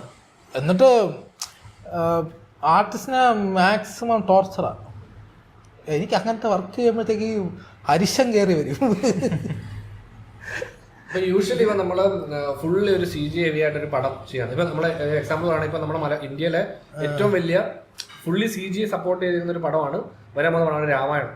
വാരണാസിയിലുണ്ട്, മലയാളത്തിൽ ഇപ്പൊ ഞാൻ പറഞ്ഞത് ഇപ്പം നമ്മളെ അത് ആക്ച്വലി ചെയ്യുന്ന ഡീനെറ്റ് എന്ന് പറഞ്ഞ കമ്പനിയാണ്. അപ്പൊ അവര് തന്നെയാണ് അതിന്റെ പ്രൊഡ്യൂസേഴ്സും കൂടെ. കാരണം അതിന്റെ ഒരു അഡ്വാൻറ്റേജ് അവർ എടുക്കുന്നത് അവരുടെ ടൈം അനുസരിച്ച് വർക്ക് ചെയ്ത് ഇറക്കുക. മറ്റൊരു പ്രൊഡ്യൂസർ വന്നിട്ട് ഇന്ന സമയത്തിൽ പടം എടുക്കണം, അതുകൊണ്ട് പെട്ടെന്ന് ചെയ്ത് തരണം എന്നുള്ളൊരു സംവിധാനമുണ്ട്. വർഷങ്ങളുടെ വർക്കാണ്. അപ്പൊ അത്രയും ടൈം എടുത്ത് വർക്ക് ചെയ്യാൻ ചെയ്യണമെന്ന് പറഞ്ഞാൽ ടൈം എടുക്കുന്നതും നല്ലതാണ്, ടൈം എടുക്കാത്തതും നല്ലതാണ്. പറഞ്ഞുതരാം. ടൈം എടുത്താൽ ഇപ്പോൾ നമുക്കൊരു കറക്ഷനൊക്കെ വന്നിട്ട് ഇത് ഫുള്ള് കാൽക്കുലേഷൻ്റെ കളിയാണ്, ഫുള്ള് മാത്സും അത് സിമുലേഷൻ എന്നൊക്കെ പറയാം. 3D ഒന്നും കുഴപ്പമില്ല, നമുക്ക് ചെയ്തു പോകാം. പക്ഷേ ഈ ഫയർ, ഈ വിൻഡ്, അതൊക്കെ പറഞ്ഞ വാട്ടറൊക്കെ പറഞ്ഞ കാൽക്കുലേഷൻസ് ആണ്. അത് കാൽക്കുലേറ്റ് ചെയ്ത് ഇൻട്രാക്ഷൻസും ഈ മെഷീൻ്റെ ഇടയിൽ ഈ മെഷീൻ കയറി പോകാതെ ക്ലിപ്പിങ് വരാതിരിക്കുന്ന ആ ഒരു സാധനങ്ങളും എല്ലാം ചെയ്തെടുക്കാൻ ടൈം വേണം. സമയം എടുക്കരുതെന്ന് പറഞ്ഞാൽ നമ്മൾ ഏത് ആർട്ട് വർക്ക് ചെയ്താലും ഒരു 2 ദിവസം കഴിഞ്ഞ് കാണുമ്പോഴത്തേക്ക് ഇതിങ്ങനെ മാറ്റിയാൽ കൊള്ളാലോ എന്ന് വിചാരിച്ചാൽ അത് മാറ്റായിരിക്കും. അപ്പോൾ ടൈം കൺസ്ട്രെയിൻ നല്ലതാണ്, പക്ഷേ മാന്യമായിട്ടുള്ളൊരു ടൈം തരണം. ആരോ പറഞ്ഞിട്ടുണ്ട്, ഒരു ഇറങ്ങുന്ന പടം എന്ന് പറഞ്ഞാല് ആ പോയിന്റ് വരെയുള്ള ഒരു വർക്കാണ്. ഇതൊന്ന് എന്റെ ആർട്ടിസ്റ്റുകളുടെ കൊടുത്താൽ ഇത് അനന്തമായിട്ട് വർക്ക് ചെയ്തോണ്ടിരിക്കാം. എത്ര സമയം വേണമെങ്കിൽ വർക്ക് ചെയ്യാം. ഒരു പടം ഇറങ്ങുക എന്ന് പറഞ്ഞാൽ അതുവരെയുള്ള നിങ്ങൾ ചെയ്ത വർക്കാണ്. ഞാൻ ഇൻസ്റ്റയിലെ ഫേസ്ബുക്കിലൊക്കെ 2020 ഇതിപ്പം ഞാൻ ബ്ലെൻഡറൊക്കെ പഠിച്ചു തുടങ്ങുമ്പോൾ ചെയ്ത വർക്ക് റീവർക്ക് എന്നും പറഞ്ഞ് ഇടുന്നുണ്ട്. അതിപ്പോൾ ലേറ്റസ്റ്റ് ആയിട്ട് അതിനെ റീവർക്ക് ചെയ്തെന്ന് പറഞ്ഞ് പോസ്റ്റ് ചെയ്യും. അത് കണക്ക് നമുക്ക് വേണമെങ്കിൽ ഒരു സിനിമ തന്നെ ഇരുന്ന് വർക്ക് ചെയ്യാം. പക്ഷേ പലരും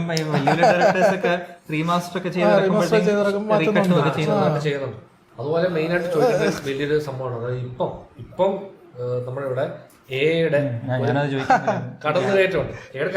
AI നമ്മളെല്ലായിടത്തും ഉപയോഗിക്കുന്നു. അതായത് ഈ VFX ഇൻഡസ്ട്രി വന്നപ്പോഴത്തേക്കും അതിന് മുമ്പ് എക്സിസ്റ്റ് ചെയ്തിരുന്ന വലിയ ഇൻഡസ്ട്രീസ് ഒക്കെ ഉണ്ടല്ലോ, മറ്റേ SFX അല്ല, മറ്റേ ലൈവ് ആയിട്ടുള്ള സ്പെഷ്യൽ എഫക്ട്സ്, ആ ആർട്ടിസ്റ്റുകൾക്ക് വല്ലാണ്ട് അടിയായി VFX വന്നപ്പോഴത്തേക്കും. അപ്പൊ എന്ന് പറയുന്ന പോലെ ഇപ്പൊ VFX ആർട്ടിസ്റ്റുകൾക്ക്, എഡിറ്റേഴ്സിന്, ക്യാമറമാൻമാർക്ക്, വലിയ ഇൻഡസ്ട്രിയിലെ വലിയ എല്ലാ മേഖലകൾക്കും ഈ AI വൈസ് ഒരു അടിയാവുന്നുണ്ട്.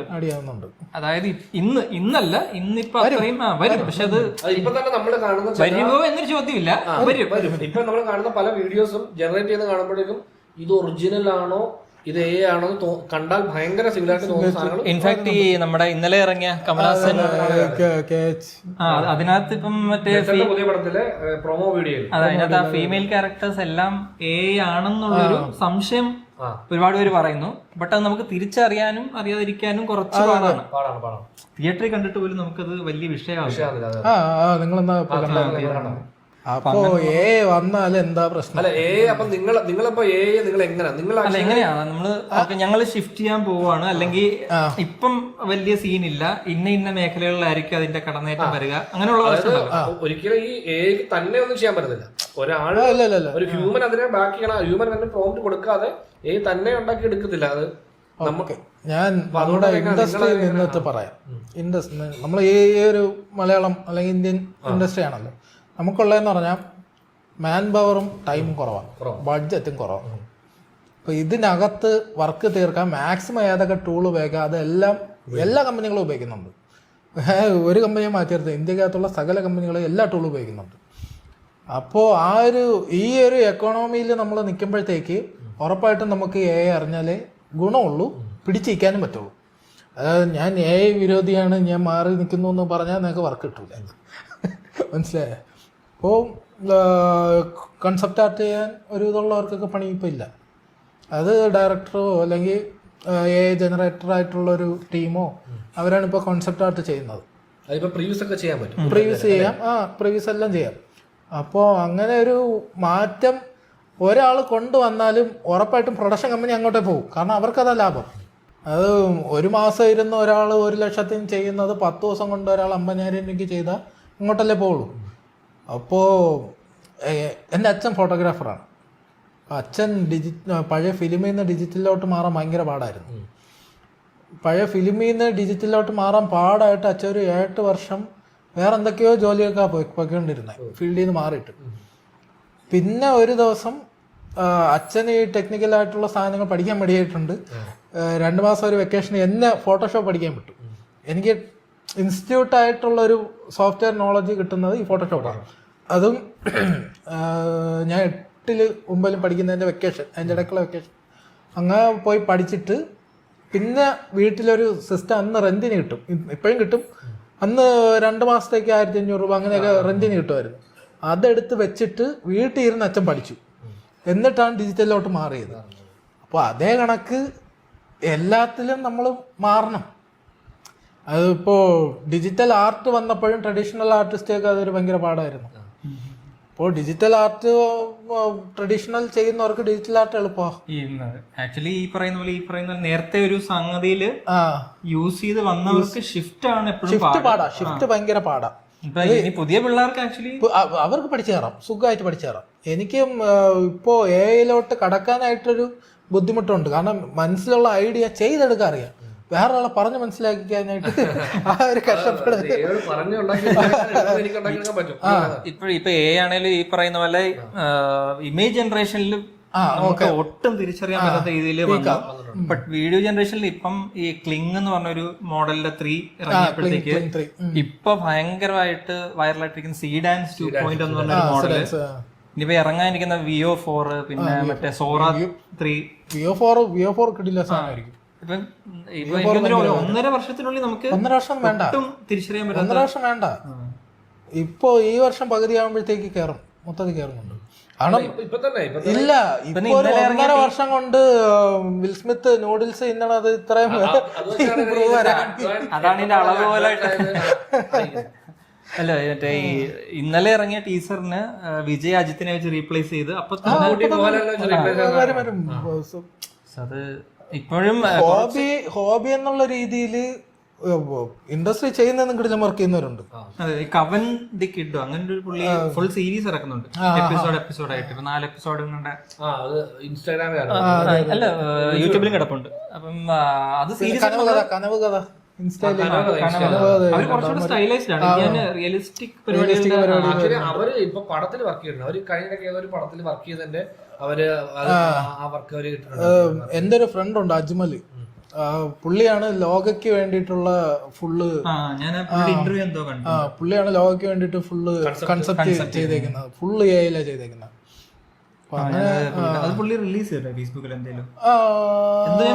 ഇന്റർവ്യൂ ഉണ്ട് റിലീസ് ചെയ്തായിരുന്നു, ഇൻസ്റ്റയിൽ കിടപ്പുണ്ട് കൺസെപ്റ്റ് ചെയ്ത. പിന്നെ ആ ഒരു ഇൻട്രോ സോങ് ഇറങ്ങില്ലായിരുന്നു, ഒരു പ്രൊമോഷൻ സോങ് ഇറങ്ങിയത്, അതിൽ യൂസ് ചെയ്തിട്ടുണ്ട്. ചെയ്ത വർക്ക് അത് പുള്ളി ചെയ്തിട്ട് അത് ശരി ശരി. പിന്നെ ഞാൻ ചോദിക്കുന്ന സംഭവമില്ല, അതായത് ഇപ്പൊ ഈ AI നമ്മൾ ഇതിനകത്ത് ഉപയോഗിക്കുന്നുണ്ട്, യൂസ് ചെയ്യുന്നുണ്ട്. പക്ഷെ ഈ കാണുന്ന ഓഡിയൻസ് സംബന്ധിച്ചോളം ഓഡിയൻസിന് മെജോറിറ്റി ഓഫ് ഓഡിയൻസിന് നമ്മള് അവർ കാണുന്ന VFX ഷോട്ടോ ഷോട്ടോ എന്താണല്ലോ ഒരു VFX ഷോട്ടാണ് കാണുന്നത് വെച്ചു. ഇത് കാണുന്നത് കുറെ പേര് ഇത് AI ആയിരിക്കും. Audience doesn't care. ഓഡിയൻസ് ചിന്തിക്കുന്നത് ചിലപ്പം നിങ്ങൾ വർക്ക് ചെയ്ത് ഭയങ്കര ഒരു പ്രശ്നമുണ്ട് ആയിട്ട് നമ്മൾ ചെയ്ത് വർക്ക് അത് കേൾക്കുമ്പോൾ നമുക്കൊരു സങ്കടം വരും. അത് അരുൺ ചന്ദ് പറഞ്ഞിട്ടുണ്ട് ഗണചാരിയുടെ. അത് അവര് യൂസ് ചെയ്തിട്ടുണ്ട്. പക്ഷെ ആഴ്ചകളോളം ഇരുന്ന് ആർട്ടിസ്റ്റ് 3Dയിൽ വർക്ക് ചെയ്തത് കൂടെ ആണെന്ന് പറയുമ്പോഴത്തേക്കുള്ള ഒരു വിഷമമുണ്ടല്ലോ. അത് ഈ ഒരു എംബ്രേസ് ചെയ്യുമ്പോൾ അതുകൂടെ സഹിക്കാൻ തയ്യാറായിട്ടുള്ള. കറന്റ് എനിക്ക് തോന്നുന്നു ഇതിങ്ങനെ മിക്സ് ചെയ്ത് ഒരുപാട് യൂസ് ചെയ്യുന്നുണ്ട്. അതായത് ഔട്ട് എടുത്തിട്ട് പിന്നെ അതിനകത്ത് കറക്ഷൻസ് വരുത്തുക. ഇല്ല, ഇപ്പോ ഓഡിയൻസ് കുറെ പേര് ഫോട്ടോഷോപ്പും ഈ VFX എന്നുള്ള സാധനമൊക്കെ ഉണ്ടെന്നുള്ളതൊക്കെ അങ്ങ് മറന്നുപോയി. ഇപ്പൊ അവർക്ക് എന്തോന്ന് കണ്ടല്ലേ. അല്ല അതാ പറഞ്ഞ അത് ഇനിഷ്യൽ പണ്ട് ഇത് VFX ആണെന്ന് പറഞ്ഞോണ്ട് കുറെ സാധനം ഇപ്പൊ VFX ഇതിപ്പോ എന്താണെന്ന് അറിയില്ല, എന്താണ് ഇതിന്റെ വർക്കിംഗ് എന്ന് അറിയില്ല. പക്ഷെ നമ്മൾ വിശ്വസിക്കാൻ പറ്റത്തില്ല AI ആണ്. അതുകൂടെ സഹിക്കാൻ തയ്യാറായിക്കോളൂ. ഒരു എക്സാമ്പിൾ പറഞ്ഞ കഴിഞ്ഞിടയ്ക്ക് ഇറങ്ങിയ ടോക്സിക്കിന്റെ പുതിയ ടീസറിൽ ഈ വൈറ്റ് ഷോട്ടുകൾ കാണുമ്പോൾ ആക്ച്വലി അത് CGയാ. അപ്പൊ അത് കാണുന്ന ഒരു AI ഷോട്ടാണ്. കാര്യം നമ്മൾ അതേപോലത്തെ ഷോട്ടിന്റെ ലൈറ്റിംഗ് ഇപ്പൊ ആ പാറ്റേണോ, ആ പാറ്റേണിലാണ് ഇവര് ഓഡിയൻസിന് മുമ്പ് ഇടുന്നതല്ലേ. അവർക്ക് AI ഷോട്ടുകളൊക്കെ ആക്ച്വലി ഇത് വെച്ചിട്ടാണ് ട്രെയിൻ ചെയ്യിക്കുന്നത്. ഇങ്ങനെ നമ്മുടെ റിയൽ ലൈഫ് ഷോട്ടുകൾ, സിനിമയിൽ വന്ന ഷോട്ടുകൾ വെച്ച് ട്രെയിൻ ചെയ്യുന്നുണ്ട്. അവർക്ക് ഈസി ആയിട്ട് റീക്രിയേറ്റ് ചെയ്യാം. നമ്മൾ ഇതിൽ ഡീപ്പായിട്ട് ആ ഷോട്ടിനെ നോക്കിയാൽ നമുക്ക് അറിയാൻ പറ്റും അതിനകത്ത് ഇംപെർഫെക്ഷൻ അറിയാൻ പറ്റും. വേറൊന്നുമല്ല, പണ്ടത്തെ നൈറ്റ് ഷോട്ട് എന്ന് പറഞ്ഞാൽ നീലയായിരുന്നു, പക്ക നീലയായിരുന്നു. ഇപ്പോഴത്തെ നൈറ്റ് ഷോട്ട് പീകോക്ക് ബ്ലൂ ഒരു സയൻ ടോണിലോട്ട് മാറിയിട്ടുണ്ട് ഇപ്പോഴത്തെ നൈറ്റ്. ആ ഒരു സാധനം വെച്ചാണ് AI ട്രെയിൻ ചെയ്തിട്ട് കംപ്ലീറ്റ്. ഇപ്പോൾ നമ്മളൊരു ടീൽ ആൻഡ് ഓറഞ്ച് തരാൻ പറഞ്ഞാൽ അതിന്റെ ടീല് ഇപ്പോ ഇവര് ട്രെയിൻ ചെയ്യുന്ന ആ ഒരു ടീലാണ് കിട്ടുന്നത്. നമ്മളിപ്പം ഷൂട്ട് ചെയ്യുമ്പോഴത്തേക്ക് ആ ടീല് വെച്ചാലും AI ആണെന്നേ തോന്നുന്നു. ആ ഒരു വ്യത്യാസം വരുന്നുണ്ട്. ഇപ്പൊ AI ചെയ്തെടുക്കുന്ന ഔട്ടിൽ പിന്നെ ഗ്രേഡ് ചെയ്യും. പക്ഷെ ഗ്രേഡ് ചെയ്യാനുള്ള ക്വാളിറ്റി ഇല്ല. ക്വാളിറ്റി ഒന്നും ഈ കളർ ഷിഫ്റ്റ് ഒക്കെ ചെറുതായിട്ട് വരുത്താൻ പറ്റും. കളർ ഷിഫ്റ്റ് വരുത്താൻ പറ്റും. മസ്തിഷ്കമനകത്ത് യൂസ് ചെയ്തിട്ടുണ്ട്, AI യൂസ് ചെയ്തിട്ടുണ്ട്. അത് അത്യാവശ്യം നമുക്ക് ആർട്ടിസ്റ്റിനെ വെച്ച് കിട്ടാത്ത സാധനങ്ങളൊക്കെ ബാക്ക്ഗ്രൗണ്ടിലൊക്കെ പ്ലേസ് ചെയ്യണോ, അങ്ങ് ദൂരെയൊക്കെ പ്ലേസ് ചെയ്യണ സാധനങ്ങളൊക്കെ ചെയ്തിട്ടുണ്ട്. അറിയില്ല. ഇല്ല, ഇതൊക്കെ പയ്യപ്പ ഇങ്ങനെ ഷിഫ്റ്റ് ആവും. വലിയ ഇവര് അനമോഫിക് ഉപയോഗിക്കുന്നുണ്ട് തന്നെ. അനമോഫിക്കിന്റെ ഫീച്ചേഴ്സ്, അതായത് ലെൻസിന്റെ ഫീച്ചേഴ്സ് കൊണ്ട് തന്നെ ഈ സോഫ്റ്റ്നെസ്സും ഫോക്കസ് ഏരിയ കഴിഞ്ഞാൽ പിന്നെ സെന്റർ ഏരിയയിലാണ് ഫോക്കസ്.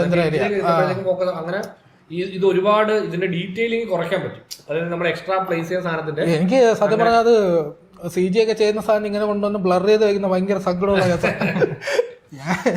അത് നമ്മള് ടെക്സ്ചർ ചെയ്യുമ്പോഴത്തേക്കേ വലിയ സ്ക്രീനിലൊക്കെ കാണാനുള്ളല്ലേ എന്ന് വിചാരിച്ചിട്ട് നല്ല ഇരുന്ന് ഷാർപ്പ് ചെയ്ത് എഡ്ജൊക്കെ ബ്ലെൻഡ് ചെയ്ത് നല്ല രീതിക്ക് നിശ്ചയായിട്ട് കോംബ് ചെയ്യാൻ വേണ്ടി ഫുട്ടേജിനകത്ത് കൊണ്ടുവച്ചിട്ട് എനിക്ക് ഹോഷോ ഇനി ഇത് ബ്ലർ ചെയ്യണമല്ലോ. എന്നിട്ട് ഏറ്റവും അവസാനം ഈ ഫുട്ടേജിന് ഒരു ഗ്രെയിൻസ് ഉണ്ടല്ലോ, അതും കൂടെ മാച്ച് ചെയ്താലേ ബ്ലാക്ക് മാച്ച് ആവുള്ളൂ. ഇല്ലെങ്കിൽ ബ്ലാക്ക് അത് കണക്കിരിക്കും. ഏത് പടത്തിലായിരുന്നു നമ്മൾ പണ്ട് ഇതുപോലെ ഒരു VFX സ്റ്റുഡിയോന് ടൈം കിട്ടാഞ്ഞിട്ട് നമ്മുടെ വിനായകനും ദുൽഖറും കൂടെ ഉള്ള പടം എന്തായിരുന്നു? കമ്മട്ടിപ്പടം ഫൈനൽ സീക്വൻസ് ഉണ്ട്. അത് അവർക്ക് ആവശ്യത്തിന് സമയം കിട്ടിയില്ല. എന്നിട്ട് പിന്നീട് VFX ചെയ്ത എലമെന്റ്സ് കിട്ടി, പക്ഷെ ഈ ഗ്രേഡ് കുറച്ചുകൂടെ ഡീപ് ബ്ലാക്കും ഈ VFX എലമെന്റ് ബ്ലാക്കിൽ ലിഫ്റ്റഡ് രണ്ടും രണ്ടായിട്ട് നിന്നു. അങ്ങനെ എന്തോ ഒരു ഇഷ്യൂ ഞാൻ കേട്ടിട്ടുണ്ട്. ഇങ്ങനെ ക്ലൈമാക്സിൽ ആ ഷോട്ട് കുറച്ച് VFX ആയിട്ട് തോന്നുന്നു. പക്ഷെ ഇത് സംഭവം ഇതാണ്, ഈ ബ്ലാക്ക് ലെവൽ VFX മാച്ച് ചെയ്യാനുള്ള മെയിൻ ടെക്നിക്ക് എന്ന് പറഞ്ഞാൽ ബ്ലാക്ക് മാച്ച് ആക്കുക എന്നത് മാത്രമാണ്. വൈറ്റ് പിന്നെ സഹിക്കാം, ബ്ലാക്ക് മാച്ച് ആയ VFX 80% മാച്ച് ആയെന്നാ. എന്നിട്ട് അതിൽ ഈ ഗ്രെയിൻസും കൂടെ മാച്ച് ചെയ്യും. അതായത് നമ്മള് ലൈവായിട്ട് എടുക്കുന്നുണ്ടാകുന്ന ഈ നോയ്സ് ഇവർ അപ്ലൈ ചെയ്യുന്ന ചിലപ്പോൾ അത് ലാസ്റ്റാ. അത് ഗ്രേഡിലെ നോയ്സ് അപ്ലൈ ചെയ്താണ് നമുക്ക് വരുന്നത്. ഫുട്ടേജിലുള്ള ഒറിജിനൽ ഗ്രെയിൻസ് നമ്മൾ മാച്ച് ചെയ്ത് അതിലാണ് കാര്യം ഇരിക്കുന്നത്. പിന്നെ ഈ പറയുന്ന പോലെ നമ്മളൊരു വർക്ക് ചെയ്ത് കഴിഞ്ഞിട്ട് ഇതിപ്പം പല എലമെന്റ്സിനെ കോംബ് ചെയ്ത് എപ്പോഴേലും നമ്മൾ അങ്ങനെ ചെയ്തൊരു വർക്ക് പിന്നെ തിയേറ്ററിൽ കാണുമ്പോൾ തിയേറ്ററുകാരുടെ ഒരു പരിപാടിയാണല്ലോ, ഇവര് ബ്രൈറ്റ്നസ് കുറച്ചിടുക, കളർ മാറ്റിയിടുക. ഇത് കാരണം നമ്മുടെ ചെയ്ത വർക്ക് നശിച്ചു പോയല്ലോ എന്ന് തോന്നിയിട്ടുണ്ടോ? തോന്നിട്ടുണ്ട്. ഏത്? സ്ഥാനാശ്രയിക്കണമെന്ന് തോന്നിട്ടുണ്ട്. തിയേറ്ററിൽ പോയി കണ്ടത്? ആ തിയേറ്റർ കണ്ട റെഡൊക്കെ ഒരു വെള്ളം കുടിക്കുന്ന ഒരു സീക്വൻസ് ഉണ്ട്. അത് അത്യാവശ്യം ബ്ലാക്ക് ഒക്കെ മാച്ച് ചെയ്താണ് കൊടുത്തേക്കുന്നത്. തിയേറ്ററിൽ വന്നപ്പോഴത്തേക്ക് അതൊരു കരിങ്ങയിലുള്ള എടുത്തൊഴിക്കുന്ന ഒരു ഫീലായിരുന്നു. അത് ആക്ച്വലി ഇപ്പൊ തിയേറ്ററുകാര് അവര് ലാമ്പിന്റെ ലൈഫിന് അതിനൊരു ഡിംനെസ് വരും. മനസ്സിലാക്കാതെ നമ്മള് ബ്രൈറ്റ്നെസ് ഡിം ആക്കുമ്പോ കളറിൽ RGB മൊത്തത്തിൽ മാറും. നമ്മളെത്ര തിയേറ്ററുകാരോട്ട് വഴക്കിട്ടുണ്ടെന്ന് അറിയാം. അവര് പറയുന്ന ഡയലോഗ് എന്താ അറിയോ? അതങ്ങനെ വന്ന ഫയൽ അങ്ങനെ ഇല്ല അത് കേൾക്കുമ്പോൾ നമ്മൾ വിചാരിക്കും നമ്മളെന്താ പൊട്ടന്മാരാ കാരണം നമുക്ക് ഒരു പരിധിക്ക് അപ്പുറത്തേക്ക് ഇവരോട് വഴക്കിടാനും പറ്റത്തില്ല. പിന്നെ DCP കൺവെർഷനിൽ ചില സ്ഥലത്ത് എറർ വരാൻ ചാൻസ് ഉണ്ട്. പിക്സൽ ഒരു പിക്സൽ അങ്ങോട്ടും ഇങ്ങോട്ടൊക്കെ മാറിപ്പോയാലും ഈ ഒരു അടി വരും. ശ്രീകുട്ടൻ്റെ ഒരു വിഷയം ഉണ്ടായിരുന്നു. പിന്നെ ഡ്രാഗൺ വർക്ക് ചെയ്തായിരുന്നു ഞാൻ, തമിഴ് പടം ഡ്രാഗണിൽ ഇവർ ആ ഒരു അഡ്മിൻ ബ്ലോക്ക് എന്നുള്ളൊരു സാധനമുണ്ട്. ഇവര് പ്രിൻസിപ്പലിന്റെ ഓഫീസിൽ കയറി പോകുമ്പോൾ ബിൽഡിങ്ങിൽ അഡ്മിൻ ബ്ലോക്ക് എന്നുള്ള കുറേ ഡ്രാഗൺ വർക്ക് ചെയ്ത ASS ആണ്. കളർ പ്രൊഫൈൽ മൊത്തം ASSൽ വർക്ക് ചെയ്ത്. ASS വർക്ക് ചെയ്യാൻ ഭയങ്കര പാടാണ്. അനോമോർഫിക്ക് ASSും കൂടെ ഒരുമിച്ച് വന്നാൽ ഭയങ്കര പാടാണ്. അതായിരുന്നു ഡ്രാഗൺ. ഈ പ്രോസസ് എളുപ്പമാക്കാൻ വേണ്ടി ഉണ്ടാക്കിയ സാധനമാണ്. പക്ഷെ അത് പാടാ. അത് നമ്മൾ RGB ചെയ്തതിന്റെ നേരെ ഓപ്പോസിറ്റ് ആണ് മൊത്തം വരുന്നത്. അതിപ്പോ ബ്രൈറ്റ്നെസ് ഒരു 10% കുറച്ചാൽ മതിയെങ്കിൽ ASSൽ വരുമ്പോഴത്തേക്ക് ചിലപ്പോൾ നമ്മൾ 2 കുറച്ചാൽ മതിയായിരിക്കും. അപ്പോൾ ആ ഒരു ലെവലിലിരുന്ന് വർക്ക് ചെയ്യണം. പിന്നെ RGB ആണ് നമ്മളെ വർക്ക്. ഇപ്പോൾ ഒരു ആൽഫ നമ്മുടെ ഇമേജസ് എല്ലാം നമ്മളെ സ്റ്റോക്ക് ഇരിക്കുന്നതൊക്കെ ഇതായിരിക്കും, RGB ആയിരിക്കും. ഇത് കൊണ്ടുവന്ന് ഇതിൽ പ്ലേസ് ചെയ്യുമ്പോഴത്തേക്ക് മൊത്തത്തിൽ അങ്ങ് ബ്ലാക്ക് അടിക്കും. അതാണ് എല്ലാവർക്കും വരുന്ന പ്രശ്നം. അതായത് ഒരുപാട് ഫോർമാറ്റ്സ് ഉണ്ട്, നമ്മുടെ ഇരിക്കുന്ന അസറ്റ്സ് ഒരു ഫോർമാറ്റ് ആയിരിക്കും. അപ്പൊ അത് കൊണ്ടുവന്നിട്ട് ഈ കോമ്പിൽ ഇട്ടിട്ട് ഈ RGBനെ നേരെ ASS കൺവേർട്ട് ചെയ്തിട്ട് അതിലിരുന്ന് വേണം പിന്നെ വർക്ക് ചെയ്യാൻ. ചില സമയത്ത് അത് മറന്നുപോകും. പിന്നെ ഫൈനലായിട്ട് എടുക്കുമ്പോഴായിരിക്കും ഇത് പച്ച അടിച്ചിരിക്കുന്നില്ല, ഇത് വൈറ്റ് വേണമല്ലോ വരാളെന്ന് പറഞ്ഞിട്ട് വീണ്ടും ഇരുന്ന് വർക്ക് ചെയ്യും. അതേപോലെ തന്നെ ഇപ്പൊ നിങ്ങൾ ചെയ്തു കൊടുത്ത വർക്ക് ഗ്രേഡിംഗ് പ്രോസസ്സിലേക്ക് പോകുമല്ലോ. അപ്പൊ അവിടെ ചെന്ന് കഴിയുമ്പോഴും ചിലപ്പോൾ ഇങ്ങനെ ചില പ്രശ്നങ്ങൾ ഉണ്ടാകാൻ അത് നമുക്ക് പറയാൻ പറ്റില്ല. അത് അവരുടെ ചോയ്സ് ആണ്. അത് അവരിരുന്ന് വർക്ക് ചെയ്തു. അത് പക്ഷെ നമുക്ക് ചില ഇത് കാണിച്ചു തരും. ബ്രോ ഇതാണ് ഔട്ട്, ഇത് തന്നെയാണ് ഉദ്ദേശിച്ചത് നമ്മൾ കാണിച്ചു തരും. അത് ഓക്കെ ഇത് തന്നെയാണെന്നുള്ളത് പറയാം. ഇതിപ്പോൾ മസ്തിഷ്കമരണം അർജുൻ എന്ന് പറയുന്ന ആളാണ് ഗ്രേഡ് ചെയ്തിരിക്കുന്നത്, ക്യാൻ പ്രോ സ്റ്റുഡിയോ. അപ്പോൾ പുള്ളി ഇത് കണക്ക് ഭയങ്കര കോംപ്ലക്സ് ആയിട്ട് ഞാൻ 7 ലെയർ 8 ലെയറൊക്കെ പുള്ളിക്ക് പ്ലേസ് ചെയ്യാൻ വേണ്ടി കൊടുക്കുന്നത് പ്ലേസ് ആയിട്ട് ഇത് തന്നെയാണോ ഓക്കെ ആണെന്നുള്ള സീൻ അയച്ചു തരും. അങ്ങനെയൊക്കെ വരുമ്പോഴത്തേക്ക് നമുക്ക് ജഡ്ജ് ചെയ്ത് കറക്റ്റ് കൺഫേം ചെയ്ത് പോകാൻ പറ്റും. അല്ലാത്ത സാധനങ്ങൾ പിന്നെ നമ്മുടെ കയ്യിലില്ലാത്തതാണല്ലോ എന്ന് വിചാരിച്ച് ഓക്കെ എന്തായാലും കൊച്ച് വെളി വന്ന് പറഞ്ഞിട്ട് കാര്യമൊന്നുമില്ല എന്നുള്ള രീതിയിൽ ഇരിക്കും. അതുപോലെ ഇതുവരെ കിട്ടിയ ഷോട്ടുകളിൽ വർക്ക് ചെയ്തതിലും പ്രത്യേകിച്ച് മസ്തിഷ്ക മരണത്തിൽ വർക്ക് ചെയ്തതിലും ഏറ്റവും പാടുള്ള പരിപാടി ഏതായിരുന്നു? ഇത് വലിയ പാടാണെന്ന് തോന്നിയിട്ട് ഇങ്ങനെ വലിയ പാടാണെന്ന് തോന്നിയിട്ട് പയ്യെ ബിൽഡ് ചെയ്തുകൊണ്ട് വന്നത് ഈ ഇത് തന്നെയാണ്, ക്യാമറ ട്രാക്കിങ് തന്നെയാണ്. അനമോർഫിക്കിന്റെ ക്യാമറ ട്രാക്കിങ് അത് ചിലപ്പോൾ ഒരു നമ്മൾ ക്യാമറ നല്ല രീതിക്ക് ട്രാക്ക് ചെയ്ത് വരുമ്പോഴായിരിക്കും ഇടയ്ക്കുന്ന ഒരു ഈച്ച പറന്നു പോയാലും അത് കയറി പിടിക്കും അനമോർഫിക്ക്. അപ്പോൾ പിന്നെ ആ ഈച്ചനെ റോട്ട് ചെയ്ത് മാറ്റിയിട്ട് അത് സബ് ചെയ്യും, സെപ്പറേറ്റ് ചെയ്യും. ക്ലീൻ പ്ലേറ്റ് പോലെ ആക്കില്ല. ആ ഇപ്പോൾ വേറെ മൂവ് ചെയ്യുന്ന ഓബ്ജക്റ്റ് ഉണ്ടെങ്കിൽ ആ മൂവ് ചെയ്യുന്ന ഓബ്ജക്റ്റിനെ എക്സ്ക്ലൂഡ് ചെയ്യും. അങ്ങനെ ചെയ്യാൻ പറ്റില്ലല്ലേ? ഇല്ല അങ്ങനെ ചെയ്യാനൊന്നും പറ്റില്ല. വേറെ ഒരു ഓപ്ഷൻ ഇല്ല. ട്രാക്ക് കിട്ടാത്ത സാധനത്തിൽ ഒരു മൂവിങ് ഓബ്ജക്റ്റ് ഉണ്ടെങ്കിൽ ആ മൂവിങ് ഓബ്ജക്റ്റിനെ റോട്ട് ചെയ്ത് സബ്ട്രാക്ട് ചെയ്തിട്ട് ബാക്കിയുള്ള സാധനത്തിനെ ട്രാക്ക് ചെയ്യും.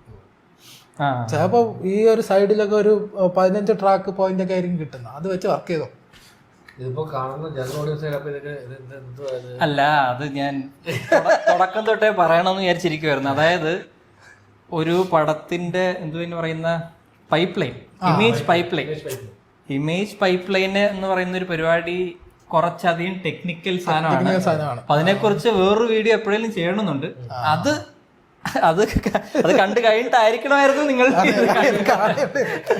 പിന്നെന്താണ് അത് ആദ്യം ഇറക്കിക്കൂടെ? ഇതിപ്പോ മസ്തിഷ്ക മരണം നമുക്ക് അടുത്തെത്തി. നമ്മൾ ഈ ഇന്റർവ്യൂ കുറച്ച് കാലമായിട്ട് വർക്ക് ചെയ്തുകൊണ്ടിരുന്നതാണ്. ഇപ്പോഴാണ് നമുക്ക് സമയം കിട്ടിയതും ശ്രീജിത്തിന് വരാൻ പറ്റിയതും. ഇതിന്റെ പ്രൊമോഷനൊക്കെ ആയിട്ട് പരിപാടിയായിരുന്നു. അപ്പൊ അങ്ങനെ ഒരു വീഡിയോ എപ്പോഴും നമുക്ക് ടൈം കിട്ടുമ്പോൾ കിട്ടുമ്പോ അവരൊരു ഡീറ്റെയിൽഡ് ഇമേജ് പൈപ്പ് ലൈൻ, എങ്ങനെയാണ് ഒരു ഇമേജ് ഉണ്ടായിട്ട് നമ്മൾ ഷൂട്ട് ചെയ്യുന്ന ആ ഇമേജ് ഏതൊക്കെ ഫേസസിലൂടെ കടന്നുപോയി ഫൈനൽ തിയേറ്ററിൽ എത്തുന്ന ഫേസ് എന്താണ്, അതിനാണ് പൈപ്പ് ലൈൻ എന്ന് പറയുന്നത്. ഒരിടത്തുനിന്ന് കിടന്ന് ഇപ്പുറത്ത് വഴി ഇറങ്ങാം, എൻ്റെ ഇടയ്ക്ക് വേറെ ഒന്നും ഇടയ്ക്ക് കൂടെ കുത്തിക്കരുത്. അപ്പം ആ പൈപ്പ് ലൈൻ എന്താണെന്ന് വേറൊരു വീഡിയോയിൽ എപ്പോഴും നമുക്ക് ഡീറ്റെയിൽ ആയിട്ട് നല്ല ഡീറ്റെയിൽ ആയിട്ട് സംസാരിക്കാനുണ്ട്. അത് അതിനെക്കുറിച്ച് അപ്പോൾ അത് സിനിമ ഇങ്ങനെ ഇതിനെക്കുറിച്ചൊക്കെ അറിയാൻ ആഗ്രഹിക്കുന്നവര് ആ വീഡിയോ എന്തെങ്കിലും നമുക്ക് ഇറക്കാൻ പറ്റുമെന്ന്. അതുപോലെ തന്നെ ഇപ്പം നമ്മള് ഇങ്ങനെ ഈ ഇതിന്റെ അതായത് പണ്ട് സിനിമ എന്ന് പറയുന്നത് അല്ലെ ഇതിന്റെ ടെക്നിക്കാലിറ്റി എന്ന് പറയുന്നത് ഒരു കണ്ടന്റ് പോലെ നമ്മുടെ മാജിക് ആണ്. അപ്പൊ അതിന്റെ രഹസ്യം നമുക്ക് അറിയാത്തതുകൊണ്ട് നമുക്ക് ഇത് ഭയങ്കര പണ്ടത്തെ സിനിമ നമ്മൾ കാണുമ്പോൾ ഗംഭീരം ആ സാധനമാണ്. ആൾക്കാർ ഇതിനെ പറ്റിയുള്ള ഇൻഫർമേഷൻ എത്രത്തോളം ഗെയിൻ ചെയ്യുന്നോ അതനുസരിച്ചിട്ട് ഇത് കാണുമ്പോ എടാ ഇത് CG അവിടെ കളർ ഗ്രേഡിൽ അത് കുറച്ച് ശ്രദ്ധിക്കാൻ. ഇത് ജനറൽ ഓഡിയൻസ് വരെ ഇതിലേക്ക് എത്തിക്കഴിഞ്ഞു. കോവിഡ് ആൾക്കാർക്ക് വീട്ടിൽ പണിയൊന്നുമില്ലാതെ ഫുള്ള് ഞാനും VFX 3Dയിലോട്ട് അധികം എക്സ്പ്ലോർ ചെയ്യുന്ന കോവിഡ് കാലത്താണ്.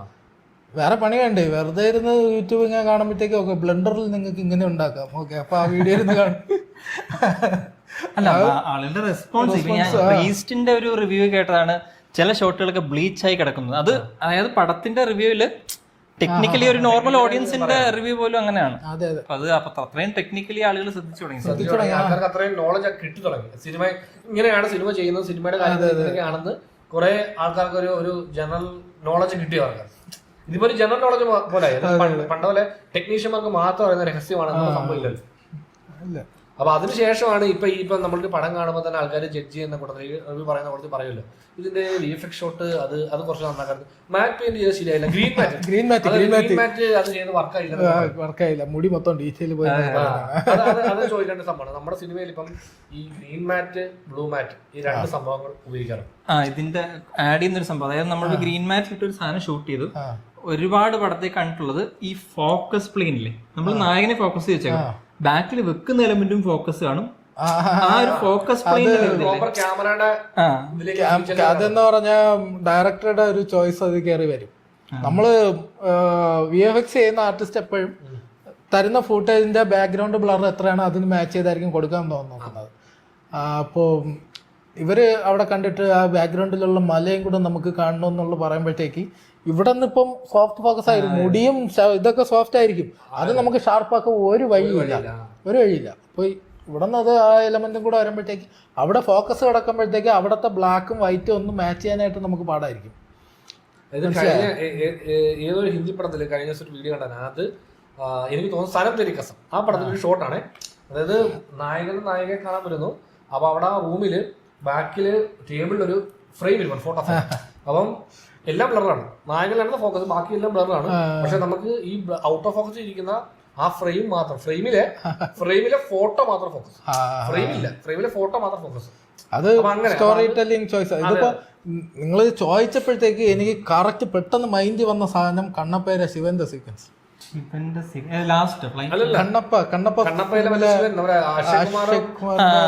സീക്വൻസില് അതില് നോക്കിയ പാർവതി ഫ്രണ്ടിൽ നിൽക്കുന്ന പാർവതി ബ്ലറാണ്, ശിവന്റെ മുടിയൊക്കെ മൊത്തം ബ്ലറാണ്, ശിവൻ ഫോക്കസിലാണ്, ബാക്ക്ഗ്രൗണ്ടില് മല ഫോക്കസാണ്. അപ്പൊ അത് VFX ആർട്ടിസ്റ്റിന്റെ അല്ല, ഇവരുടെ ചോയ്സ് ആണ്. ക്രിയേറ്റീവ് അത് കാണണം. അത് ഷൂട്ട് ചെയ്യുമ്പോഴത്തേക്ക് ഇവർക്ക് അപ്പറേച്ചർ കൂട്ടിയിട്ടിട്ട് മൊത്തം ഫോക്കസിൽ ഷാലോ ഫോക്കസിൽ എടുക്കായിരുന്നു. അതുപോലെ നമ്മൾ ഗ്രീൻ മാനിൽ ഷൂട്ട് ചെയ്യുന്ന സമയത്ത് അല്ലെങ്കിൽ ഇങ്ങനെ ഈ ബ്ലൂ മാറ്റ് അല്ലെങ്കിൽ ഗ്രീൻ മാനിൽ ഷൂട്ട് ചെയ്യുന്ന ടൈമിൽ നമ്മൾ യൂഷ്വലി നമ്മൾ വെക്കുന്ന ഈ ഫുള്ളി ഫോക്കസ് ഏരിയ ഇല്ലേ, അത് നമ്മൾ ഫുൾ ഒബ്ജക്റ്റിനെ ഫോക്കസ് ചെയ്യുന്ന രീതിയാണോ ബെറ്റർ, അതോ നമുക്ക് ഷാലോ ഡെപ്ത് ഓഫ് ഫീൽഡിൽ നമ്മൾ ഷൂട്ട് ചെയ്യണം? അപ്പൊ എന്താ പ്രത്യേകിച്ച് ഇത്ര ഏരിയ മാത്രമേ ഫോക്കസ് ആകത്തുള്ളൂ, അതായത് ഫ്രണ്ടിൽ നിന്ന് ഇവിടെ ടിപ്പിൽ നിന്ന് ഇത്ര ഏരിയ മാത്രമേ ഫോക്കസ് ആകത്തുള്ളൂ, ബാക്കി ഫുൾ ബ്ലർ ആയിരിക്കും. അപ്പൊ അതായിരിക്കോ നിങ്ങൾക്ക് സ്റ്റോറി ചോയ്സ് അനുസരിച്ച് ഏത് ചെയ്താലും എങ്ങനെ വേണമെങ്കിലും ചെയ്യാം. മാച്ച് ചെയ്യണം. ഇപ്പൊ നമ്മൾ ഫുള്ളി ഷൂട്ട് ചെയ്യാന്ന് വെച്ചോ, അതായത് ഫുള്ളി അതായത് അപ്പോസിറ്റ് നമ്മൾ മാക്സിമം ഓപ്പൺ ചെയ്ത് വെച്ച് ഷൂട്ട് ചെയ്യണം. അതായത് അപ്പൊ നമുക്ക് ഫുൾ ബോഡി നമ്മുടെ ഫോക്കസിലുണ്ട്. പോസ്റ്റില് നമുക്ക് അതിനകത്ത് ഒരു shallow depth of field add ചെയ്യാൻ പറ്റുമോ? ഷാലോ ഡെപ്ത് ഓഫ് ഫീൽഡ് മറ്റേ ഇത്രയേ ഉള്ളൂ, മീൻസ് ചെയ്യാം, ബട്ട് അത് എങ്ങനെയാന്ന് വെച്ചാൽ നമ്മുടെ ഡാവിഞ്ചിയിലെ ഡെപ്ത് മാപ്പ് ഉണ്ടല്ലോ, ആ ഡെപ്ത് വെച്ചിട്ടാണ് നമ്മൾ 3D ഓബ്ജക്റ്റിന്റെ ഒക്കെ ഷാലോ ഡെപ്ത് കൊടുക്കുന്ന 3Dന്ന് സോഫ്റ്റ്വെയറിന് ബ്ലെൻഡറിൽ നിന്ന് ഡെപ്ത് മാപ്പ് കാൽക്കുലേറ്റ് ചെയ്തിട്ട് അത് വെച്ചിട്ടാണ് ഇതിന് ഡെപ്ത് കൊടുക്കുന്നത്. അതേപോലെ ഇപ്പം ഡാവിഞ്ചിയിലുള്ള എ ആണത്. ആരും എ ഉപയോഗിക്കുന്നില്ലെന്ന് പറഞ്ഞാലും എല്ലാവരും എ ഉപയോഗിക്കുന്നുണ്ട്. ഉണ്ട്. എഫക്റ്റീവ് ആണോന്ന് ചോദിച്ചാല് 3D ചെയ്യുന്നത് എഫക്റ്റീവ് ആണ്. ഡാവിഞ്ചിയിൽ ചെയ്യുന്ന എഫക്റ്റീവ് ആണോന്ന് ചോദിച്ചാൽ ഒരളവുക്ക് ചെയ്യാം. സിമ്പിൾ ഷോട്ട്സിനൊക്കെ സിമ്പിൾ ഷോട്ടിനൊക്കെ ഒരളവുക്ക് നമുക്ക് അത് ഇവിടെ പറവായില്ലേ. അതെ, കൊണ്ടുവരാം. ഒരുപാട് ബാക്ക്ഗ്രൗണ്ടിന് ആ ബ്ലർ കൊടുക്കാതിരിക്കുന്നതാണ്. ഗ്രേഡിംഗിൽ യൂസ് ചെയ്യാറുണ്ട്. അതായത് ബാക്ക്ഗ്രൗണ്ട് കുറച്ച് അങ്ങനത്തെ പരിപാടി. നമ്മുടെ സ്നൈഡറിന്റെ മറ്റേ ഫിലിമുണ്ട് ആർമി, ഷൂട്ട് ചെയ്തത് ഈ അതിന്റെ അപ്പർഷൻ എന്ന് പറഞ്ഞാൽ 0.8 സംതിങ് എന്തോ ഭയങ്കര ഫോക്കസ് ഏരിയ എന്ന് പറഞ്ഞ സംഭവം നമുക്ക് കാണാനില്ല. എല്ലാം ബ്ലറായിട്ട് ഫീൽ ചെയ്തു. അത് പറഞ്ഞാൽ ആർമി ഓഫ് ദി ഡെഡ് 0.8 എടുത്തിട്ട് അതിനകത്ത് VFX എലമെന്റ് ആഡ് ചെയ്തിട്ടുണ്ട്. അതായത് ആളുകളെ ഫുൾ ആളുകളെ നമ്മൾ അറിയത്തില്ല. അതായത് അവര് ഷൂട്ട് ചെയ്ത് കഴിഞ്ഞപ്പോൾ ഉണ്ടായിരുന്ന ഒരു ആർട്ടിസ്റ്റിന് എതിരെ ഒരു ഇത് വന്നു, ഒരു കേസ് ഉണ്ടായി. ഏതാ മറ്റേ ഒരു പീഡന കേസ് എന്ന് വന്നു കഴിഞ്ഞപ്പോൾ ആ ആർട്ടിസ്റ്റിനെ റീപ്ലേസ് ആണ് കമ്പനി. അപ്പൊ എൻഡയർ പടത്തിൽ പുള്ളി അഭിനയിച്ചു, പുള്ളി ഒരു ഓൾമോസ്റ്റ് മിക്ക സീനിലും അഭിനയിച്ചു. ഇവരാ എൻഡയർ ആളെ റീപ്ലേസ് ചെയ്ത് വേറെ ക്യാരക്ടറെ വെച്ച് അപ്പൊ ആ പുള്ളിയെ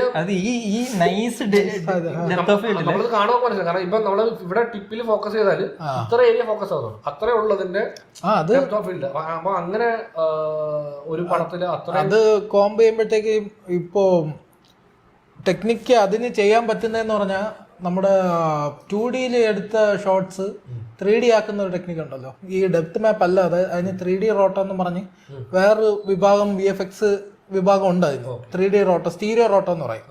അപ്പൊ ആ ഒരു ടെക്നിക്ക് വെച്ചിട്ട് ഇത്രയും റോട്ടോ ചെയ്യുക അത് ഷേപ്പ് പിടിച്ച് റോട്ടോ ചെയ്തിട്ട് അതിനനുസരിച്ച് ഡെപ്ത് മാപ്പ് ജനറേറ്റ് ചെയ്യും. അത് വെച്ചിട്ട് പിടിക്കുകയാണെങ്കിൽ ഇവിടെ ഫോക്കസ് ആണെങ്കിൽ ഇവിടെ ന്യൂക്കിൻ്റെതാണ് അത്. ഇതിപ്പോ നമ്മള് ഏകദേശം വൈൻഡ് അപ്പ് ചെയ്യുന്നു. ഒരു വരവ് കൂടെ വരേണ്ടി വരും. ചോദിക്കണമെന്നുണ്ടായിരുന്നു, അല്ലെങ്കിൽ നമുക്ക് അറിയണമെന്നുണ്ടായിരുന്ന കുറച്ച് കാര്യങ്ങൾ ഞങ്ങൾ ഓൺ ക്യാമറയിലും ഓഫ് ക്യാമറയിലും ഞങ്ങക്ക് കുറെ കിട്ടി, നിങ്ങൾക്ക് കുറച്ച് തന്നിട്ടുണ്ട്. ഈ പടം ഇറങ്ങി കഴിഞ്ഞിട്ട് കുറെ കൂടെ നമുക്ക് പടം ഇറങ്ങി കഴിഞ്ഞിട്ട് നമുക്ക് സംസാരിക്കാൻ കുറെ ഉണ്ട്. അതിലേക്ക് നമ്മൾ പടം ഇറങ്ങി കഴിഞ്ഞിട്ട് അടുത്ത ആഴ്ച അല്ലേ 27 റിലീസ് ഉണ്ട്. അപ്പം അത് കഴിഞ്ഞിട്ട് വേൾഡ് റിലീസാ. അതായത് എനിക്ക് വൈഡ് റിലീസ് കിട്ടുന്നതും ഇത്രയും പ്രൊമോഷൻ ഒക്കെ പോകുന്നതൊക്കെ നമ്മള് വൈൻഡപ്പിന്റെ ഭാഗമായിട്ട് മസ്തിഷ്ക മരണം സ്പെസിഫിക് അല്ലാത്ത കുറച്ച് ചുമ്മാ ഈ അടുത്തിടെ കണ്ടതില് നിനക്ക് ഭയങ്കരമായിട്ട് വർക്കായ ഒരു VFX ഷോട്ട് നമുക്ക് കാണുമ്പോൾ ഇത് ഗംഭീരമായിട്ട് ചെയ്തിട്ടുണ്ടല്ലോ എന്ന് തോന്നിയ ഷോട്ട്. പക്ഷെ പൊതുവെ അങ്ങനെ ആരും സംസാരിച്ച് കേട്ടിട്ടില്ലെന്നോ അങ്ങനെ വല്ല വർക്കായിട്ടുള്ളത് ഒരുവിധമുള്ളതെല്ലാം വർക്കായിരുന്നു. മലയാളത്തിലും പുറത്തൊക്കെ ഉണ്ട്. മലയാളത്തില്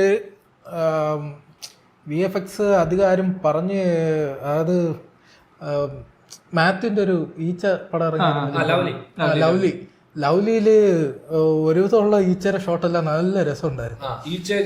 ഈച്ചര സംഭവങ്ങൾ ചെയ്തേക്കുന്നത് അടിപൊളിയായിരുന്നു. അത് പടം കണ്ടപ്പോ ഞാൻ ശ്രദ്ധിച്ചു. പക്ഷെ സിനിമ ഭയങ്കര അണ്ടർവെൽമിംഗ് ആയതുകൊണ്ട് നമുക്ക് ഇത് മാത്രം ഈച്ചര ടെക്സ്ചറും എല്ലാം ഹെയർ ചെയ്തേക്കുന്ന എല്ലാം അടിപൊളിയായിരുന്നു. സ്റ്റുഡിയോ എനിക്ക് അത് ഇവരാണോ എഗ് വൈറ്റ് ആണോ ചെയ്തിരിക്കുന്നത് എനിക്ക് അറിയില്ല. വെയിറ്റ് ആണോന്ന് അറിയില്ല. അപ്പൊ അത് നല്ല ആശാനൊക്കെ ചെയ്തേക്കുന്നത് എഗ് വൈറ്റ്. അവർ ആക്ച്വലി അത്യാവശ്യം നല്ല തൗഫീഖ് എന്ന് പറഞ്ഞ് കറക്റ്റ് അറിയില്ല. തൗഫീഖ് ചെയ്ത വേറൊരു പടമുണ്ട്, അധികം ആരും കണ്ടിട്ടില്ല എന്നാണ് എന്റെ വിശ്വാസം. പ്രാപ്പടയില് കിട്ടില്ല സാധനങ്ങൾ എഴുതി വെച്ചിട്ടുണ്ട്. ഞാൻ ആ പടം ഫുള്ളി കണ്ടിട്ടില്ല. ഞാൻ പടം ക്ലൈമാക്സിലോട്ട് പോകുമ്പോഴത്തേക്ക് ഞാൻ പടത്തിന്റെ പെട്ടെന്ന് അതിന് കുറച്ച് ഇത് വരുന്നുണ്ട്. ക്ലൈമാക്സിലോട്ട് പോകുമ്പോഴത്തേക്ക് ഒരു സറിയലിസത്തിലോട്ട് കയറി പോകുന്നുണ്ട് സാധനം.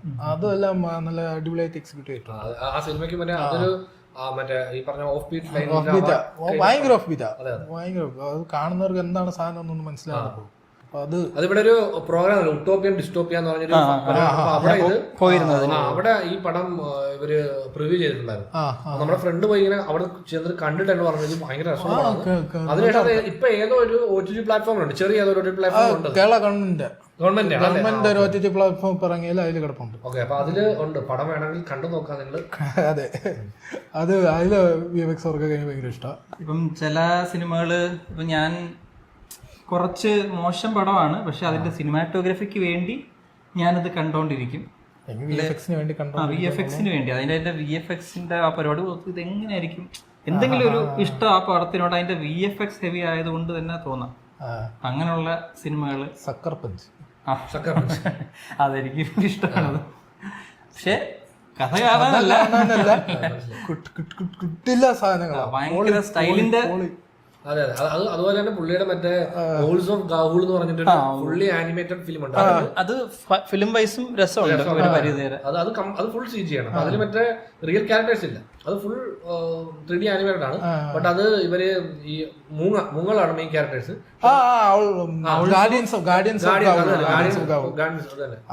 സ്റ്റോറി ഇഷ്ടമാണ്. രസം വെച്ച് കഴിഞ്ഞാൽ അതിനകത്ത് ഈ ഓൾസിനെ കാണിക്കുന്നത് നമ്മൾ യൂഷ്വലി ചെയ്യുന്ന പോലെ ആനിമേറ്റഡ് അല്ല, ഒരു റിയൽ ഓൾഡ് അങ്ങനത്തെ ഒരു നല്ലൊരു മിക്സ് ഓഫ് വിഷ്വൽ. അത് ഞാൻ 3D കണ്ടത്.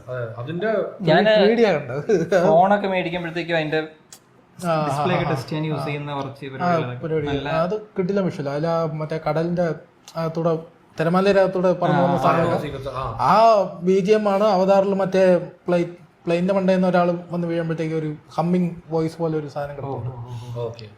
Same background music. പുള്ളിയുടെ സ്റ്റൈൽ ഓഫ് ഫിലിംസിൽ ഭയങ്കര എഫക്റ്റീവ് ആയിട്ടുള്ള സിനിമകളാണ്. പക്ഷെ സക്കർ പഞ്ച് CG ഇടയ്ക്കിടയ്ക്ക് എടുത്ത് CG ഒക്കെ വേണ്ടി കാണും. സക്കർ പഞ്ച് കാണും, സ്മൂത്ത് ആണ്, ഭയങ്കര സ്മൂത്താ. അത് ട്രാൻസിഷൻ, ഈ സീനിൽ നിന്ന് ഇപ്പുറത്തോട്ട് പോകുന്ന ക്യാമറ കറങ്ങി വരുന്നതൊക്കെ അന്ന ടൈമിൽ അങ്ങനെ ചെയ്തെന്ന് പറഞ്ഞാൽ അത് കിട്ടില്ല സാധനം. BGM കിട്ടില്ല, BGM സോങ്സ് യൂസ് ചെയ്തേക്കുന്ന.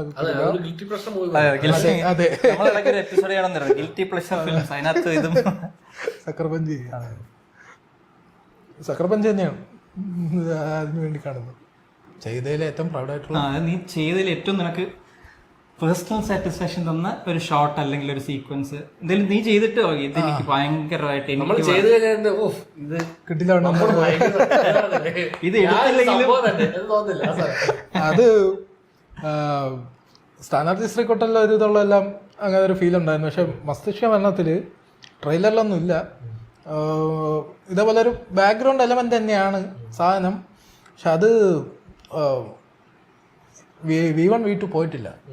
ഞാൻ ചെയ്തപ്പോഴും വെർഷൻ പോയിട്ടില്ല, അവിടെ നിന്ന് അപ്രൂവ് കിട്ടാനും വെർഷൻ പോയിട്ടില്ല. ഒറ്റ വെർഷൻ 3 ഷോട്ട് അപ്രൂവൽ കിട്ടില്ല സാധനമാണ്. തിയേറ്ററിൽ വന്നാലും ഫുൾ മാച്ച് ആയത്, അത് ഫുൾ CG എലമെന്റ് യാനമോർഫിക്കിന്റെ അറ്റത്ത് കൊണ്ട് വെച്ചേക്കുന്നതാണ്. അത് മൊത്തത്തിൽ അങ്ങ് മാച്ചായി. അത് ഭയങ്കര സാധനം. ഞാൻ ഇടയ്ക്കിടയ്ക്ക് കാണുകയും ചെയ്യും. അത് എനിക്ക് പഴയ ഞാൻ പണ്ട് ചെയ്ത വർക്കുകളെല്ലാം ഇടയ്ക്കിടത്തിരുന്ന് കണ്ടിട്ട് ഇത് ഞാൻ തന്നെയാണോ ചെയ്തതെന്നൊക്കെ ഉള്ളൊരു ഓർഗസം ഡിസ്റ്റൻസ് കഴിയുമ്പോഴത്തേക്കും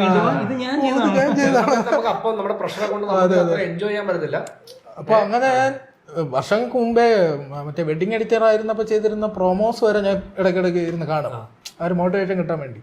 അപ്പൊ അങ്ങനെ ഇടയ്ക്കിടത്തിരുന്ന് കാണാൻ വേണ്ടി ചെയ്ത കുറെ സാധനങ്ങൾ ഇതിലുണ്ട്. അപ്പൊ അതിലൊരു ഷോട്ട്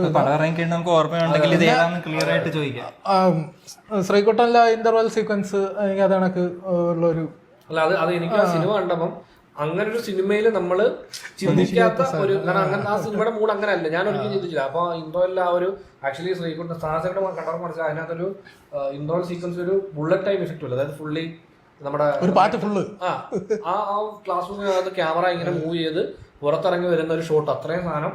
അതിനകത്ത് ഒരുപാട് CG എലമെന്റുകൾ പ്ലേസ് ചെയ്യുകയും 3D എലമെന്റ്സ് ഒരുപാട് ഉണ്ടായിരുന്നു. അത് ഭയങ്കര അന്ന് ആ പടം കണ്ടപ്പോൾ ഞാൻ ഇതൊരു കുഞ്ഞു സിനിമയ്ക്കകത്ത് ഇത്രയും നല്ലൊരു എഫേർട്ട്, അത് ക്രിയേറ്റീവ് ആയിട്ടുള്ളൊരു ഇതാണ്, ഇൻപുട്ടാണ്. ഒരു ക്ലാസ് റൂമിൽ അങ്ങനെ ഒരു സാധനം കൊണ്ടുവരാൻ ഇല്ല, ഒന്നുമില്ല. അല്ല, എന്തെങ്കിലും വേണമെന്ന് പറഞ്ഞു, ഞാനിരുന്ന് പ്ലാൻ ചെയ്ത് പ്രീവിയസ് ഉണ്ടാക്കി. പ്രീവിയസ് ഉണ്ടാക്കിയിട്ട് ഫസ്റ്റ് ഒരു പ്രീവിയസ് ചെയ്തപ്പോഴത്തേക്ക് എനിക്ക് ക്ലാസ്സിൽ പിള്ളേരൊക്കെ എങ്ങനെയാണ് ഇരിക്കണേന്ന് അറിഞ്ഞൂടായിരുന്നു.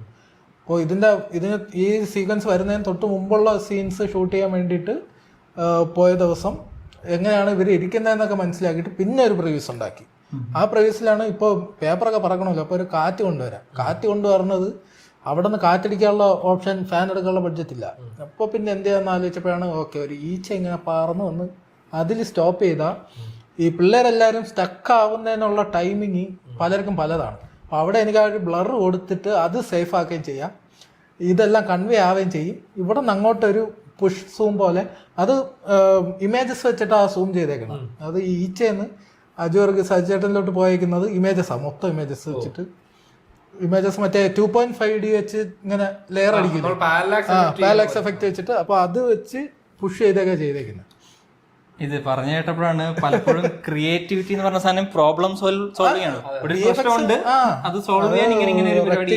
റെക്ടിഫിക്കേഷൻ ഓഫ് എറേഴ്സ് എന്ന് പറയുന്ന ഒരു സാധനം മെയിൻ ആയിട്ട് VFX-ൽ വരുന്നുണ്ട്. അതായത് ബാക്കിയുള്ള പ്രൊഡക്ഷൻസിൽ നിന്നുള്ള വരുന്ന ആർട്ട് വന്ന എറർ ആയാലും അത് റെക്ടിഫൈ ചെയ്യുന്നതിനുള്ള ഒരു ഓപ്ഷനായിട്ട് VFX നല്ല രീതിക്ക് ഒരു ടൂളായിട്ട് യൂസ് ചെയ്യാം നമുക്ക്. ആ ഒരു രീതിയിൽ ശ്രീകുട്ടനിൽ കുറെ ഉണ്ടായിരുന്നത്. അതിന്റെ ബ്രേക്ക് ഡൗൺ ഇറക്കാൻ എനിക്ക് ഇതുവരെ ടൈം കിട്ടിയില്ല. അപ്പൊ ഇതുകൂടെ കഴിഞ്ഞിട്ട് അതും അതിന് ഹെൽപ്പ് ചെയ്യുന്നത്. കാരണം ആ പടത്തിനെ, ആ കുഞ്ഞു പടത്തിനെ അങ്ങനെ ഒരു ബ്രേക്ക് ഡൗൺ വീഡിയോ പോലും ചിലപ്പോൾ ആൾക്കാർ കാണുക ഇങ്ങനെ സീക്വൻസ് ഈ പടത്തിലുണ്ട് എന്നുള്ളത് അറിയാം. VFX ചെയ്യുന്ന അതേ ടൈം വേണം ബ്രേക്ക് ഡൗൺ ഇറക്കാൻ, അതാ പ്രശ്നം. മറ്റേ വലിയ സ്റ്റുഡിയോസിലൊക്കെ അതിന് ഡെഡിക്കേറ്റഡ് ആയിട്ടുള്ള ഒരു 10 ടീം ഉണ്ടാവും, അവരിരുന്നായിരിക്കും അത് ചെയ്യുന്നത്. നമുക്ക് എല്ലാം ഷോറില് അതുപോലെ നമുക്ക് വർക്കാവാതെ, പക്ഷെ ഓപ്പോസിറ്റ് നമ്മൾ നേരത്തെ പറഞ്ഞു അതേണക്ക് കുറെ സാധനങ്ങൾ അതേണക്ക് അധികം വരാറില്ല. കാരണം പിന്നെ നമുക്ക് മനസ്സിലാവല്ലോ ഇത് എന്തുകൊണ്ട് അവർക്ക് ഓക്കെ എന്നുള്ളത് കാണുമ്പോൾ ഈ CGI ഷോട്ട് ഫുള്ളി വർക്കായില്ല, അതിന് റീസൺ എന്താണെന്ന് അറിയാൻ പറ്റും. അതെ അതെ. അപ്പൊ അങ്ങനത്തെ കുറച്ച് അങ്ങനെ അധികം വരാറില്ല. കാരണം വർക്കായിട്ടില്ലെങ്കിൽ അടുത്ത വെർഷൻ പോകും. അതിൽ ഏതെങ്കിലും വെർഷൻ ആയിരിക്കും ചിലപ്പോൾ മൊത്തത്തിൽ ഓക്കെ ആവുന്നത്. 4 വർഷം പോയാലും 3ാമത്തേതായിരിക്കും ഓക്കെ ആവുന്നതും വരുന്നുണ്ട്. അത് ഓക്കെ ആവുന്നതിനുള്ള മെയിൻ റീസൺ എന്ന് പറഞ്ഞാൽ ഈ ടൈം കൺസാണ്.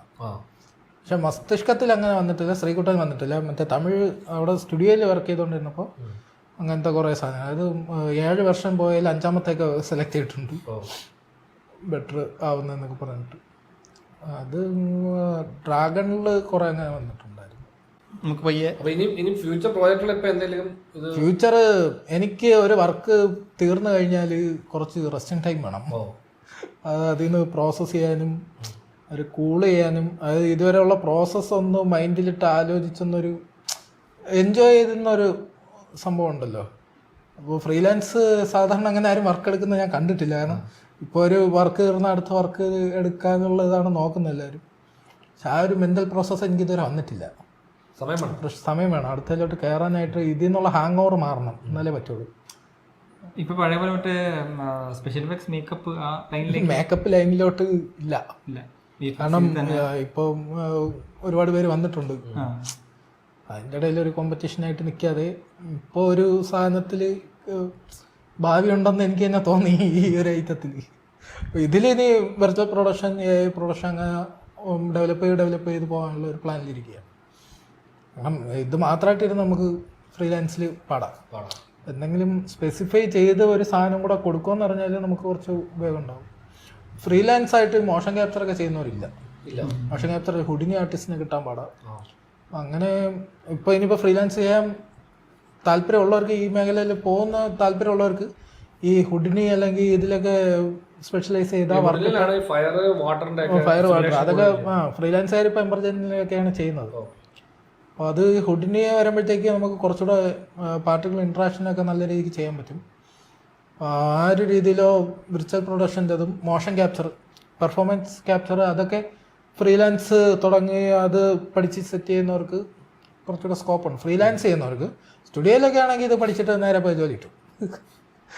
അത് അപ്പോൾ ആ ഒരു രീതിയിലോട്ടൊക്കെ ഒന്ന് കരിയർ മാറ്റി വിടണമെന്നുള്ള പ്ലാനിലൊക്കെ ഇരിക്കുന്നു. ഇൻസ്റ്റാ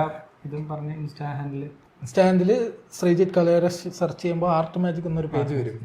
ആർട്ട് മാജിക് എൻ്റെ മൊത്തത്തിലുള്ള ഒരു വർക്ക് എല്ലാം ആർട്ട് മാജിക് എന്നുള്ള പേരെല്ലാം പണ്ടുതൊട്ടേ പോസ്റ്റ് ചെയ്യുന്നത്. ആർട്ട് മാജിക് എന്ന അപ്പോൾ ആ ഭാവിയിലൊരു സ്റ്റുഡിയോ പ്രൊഡക്ഷനായിട്ടൊക്കെ മാറുന്നുണ്ടെങ്കിൽ അതിൻ്റെ പേര് ആർട്ട് മാജിക് എന്നായിരുന്നു.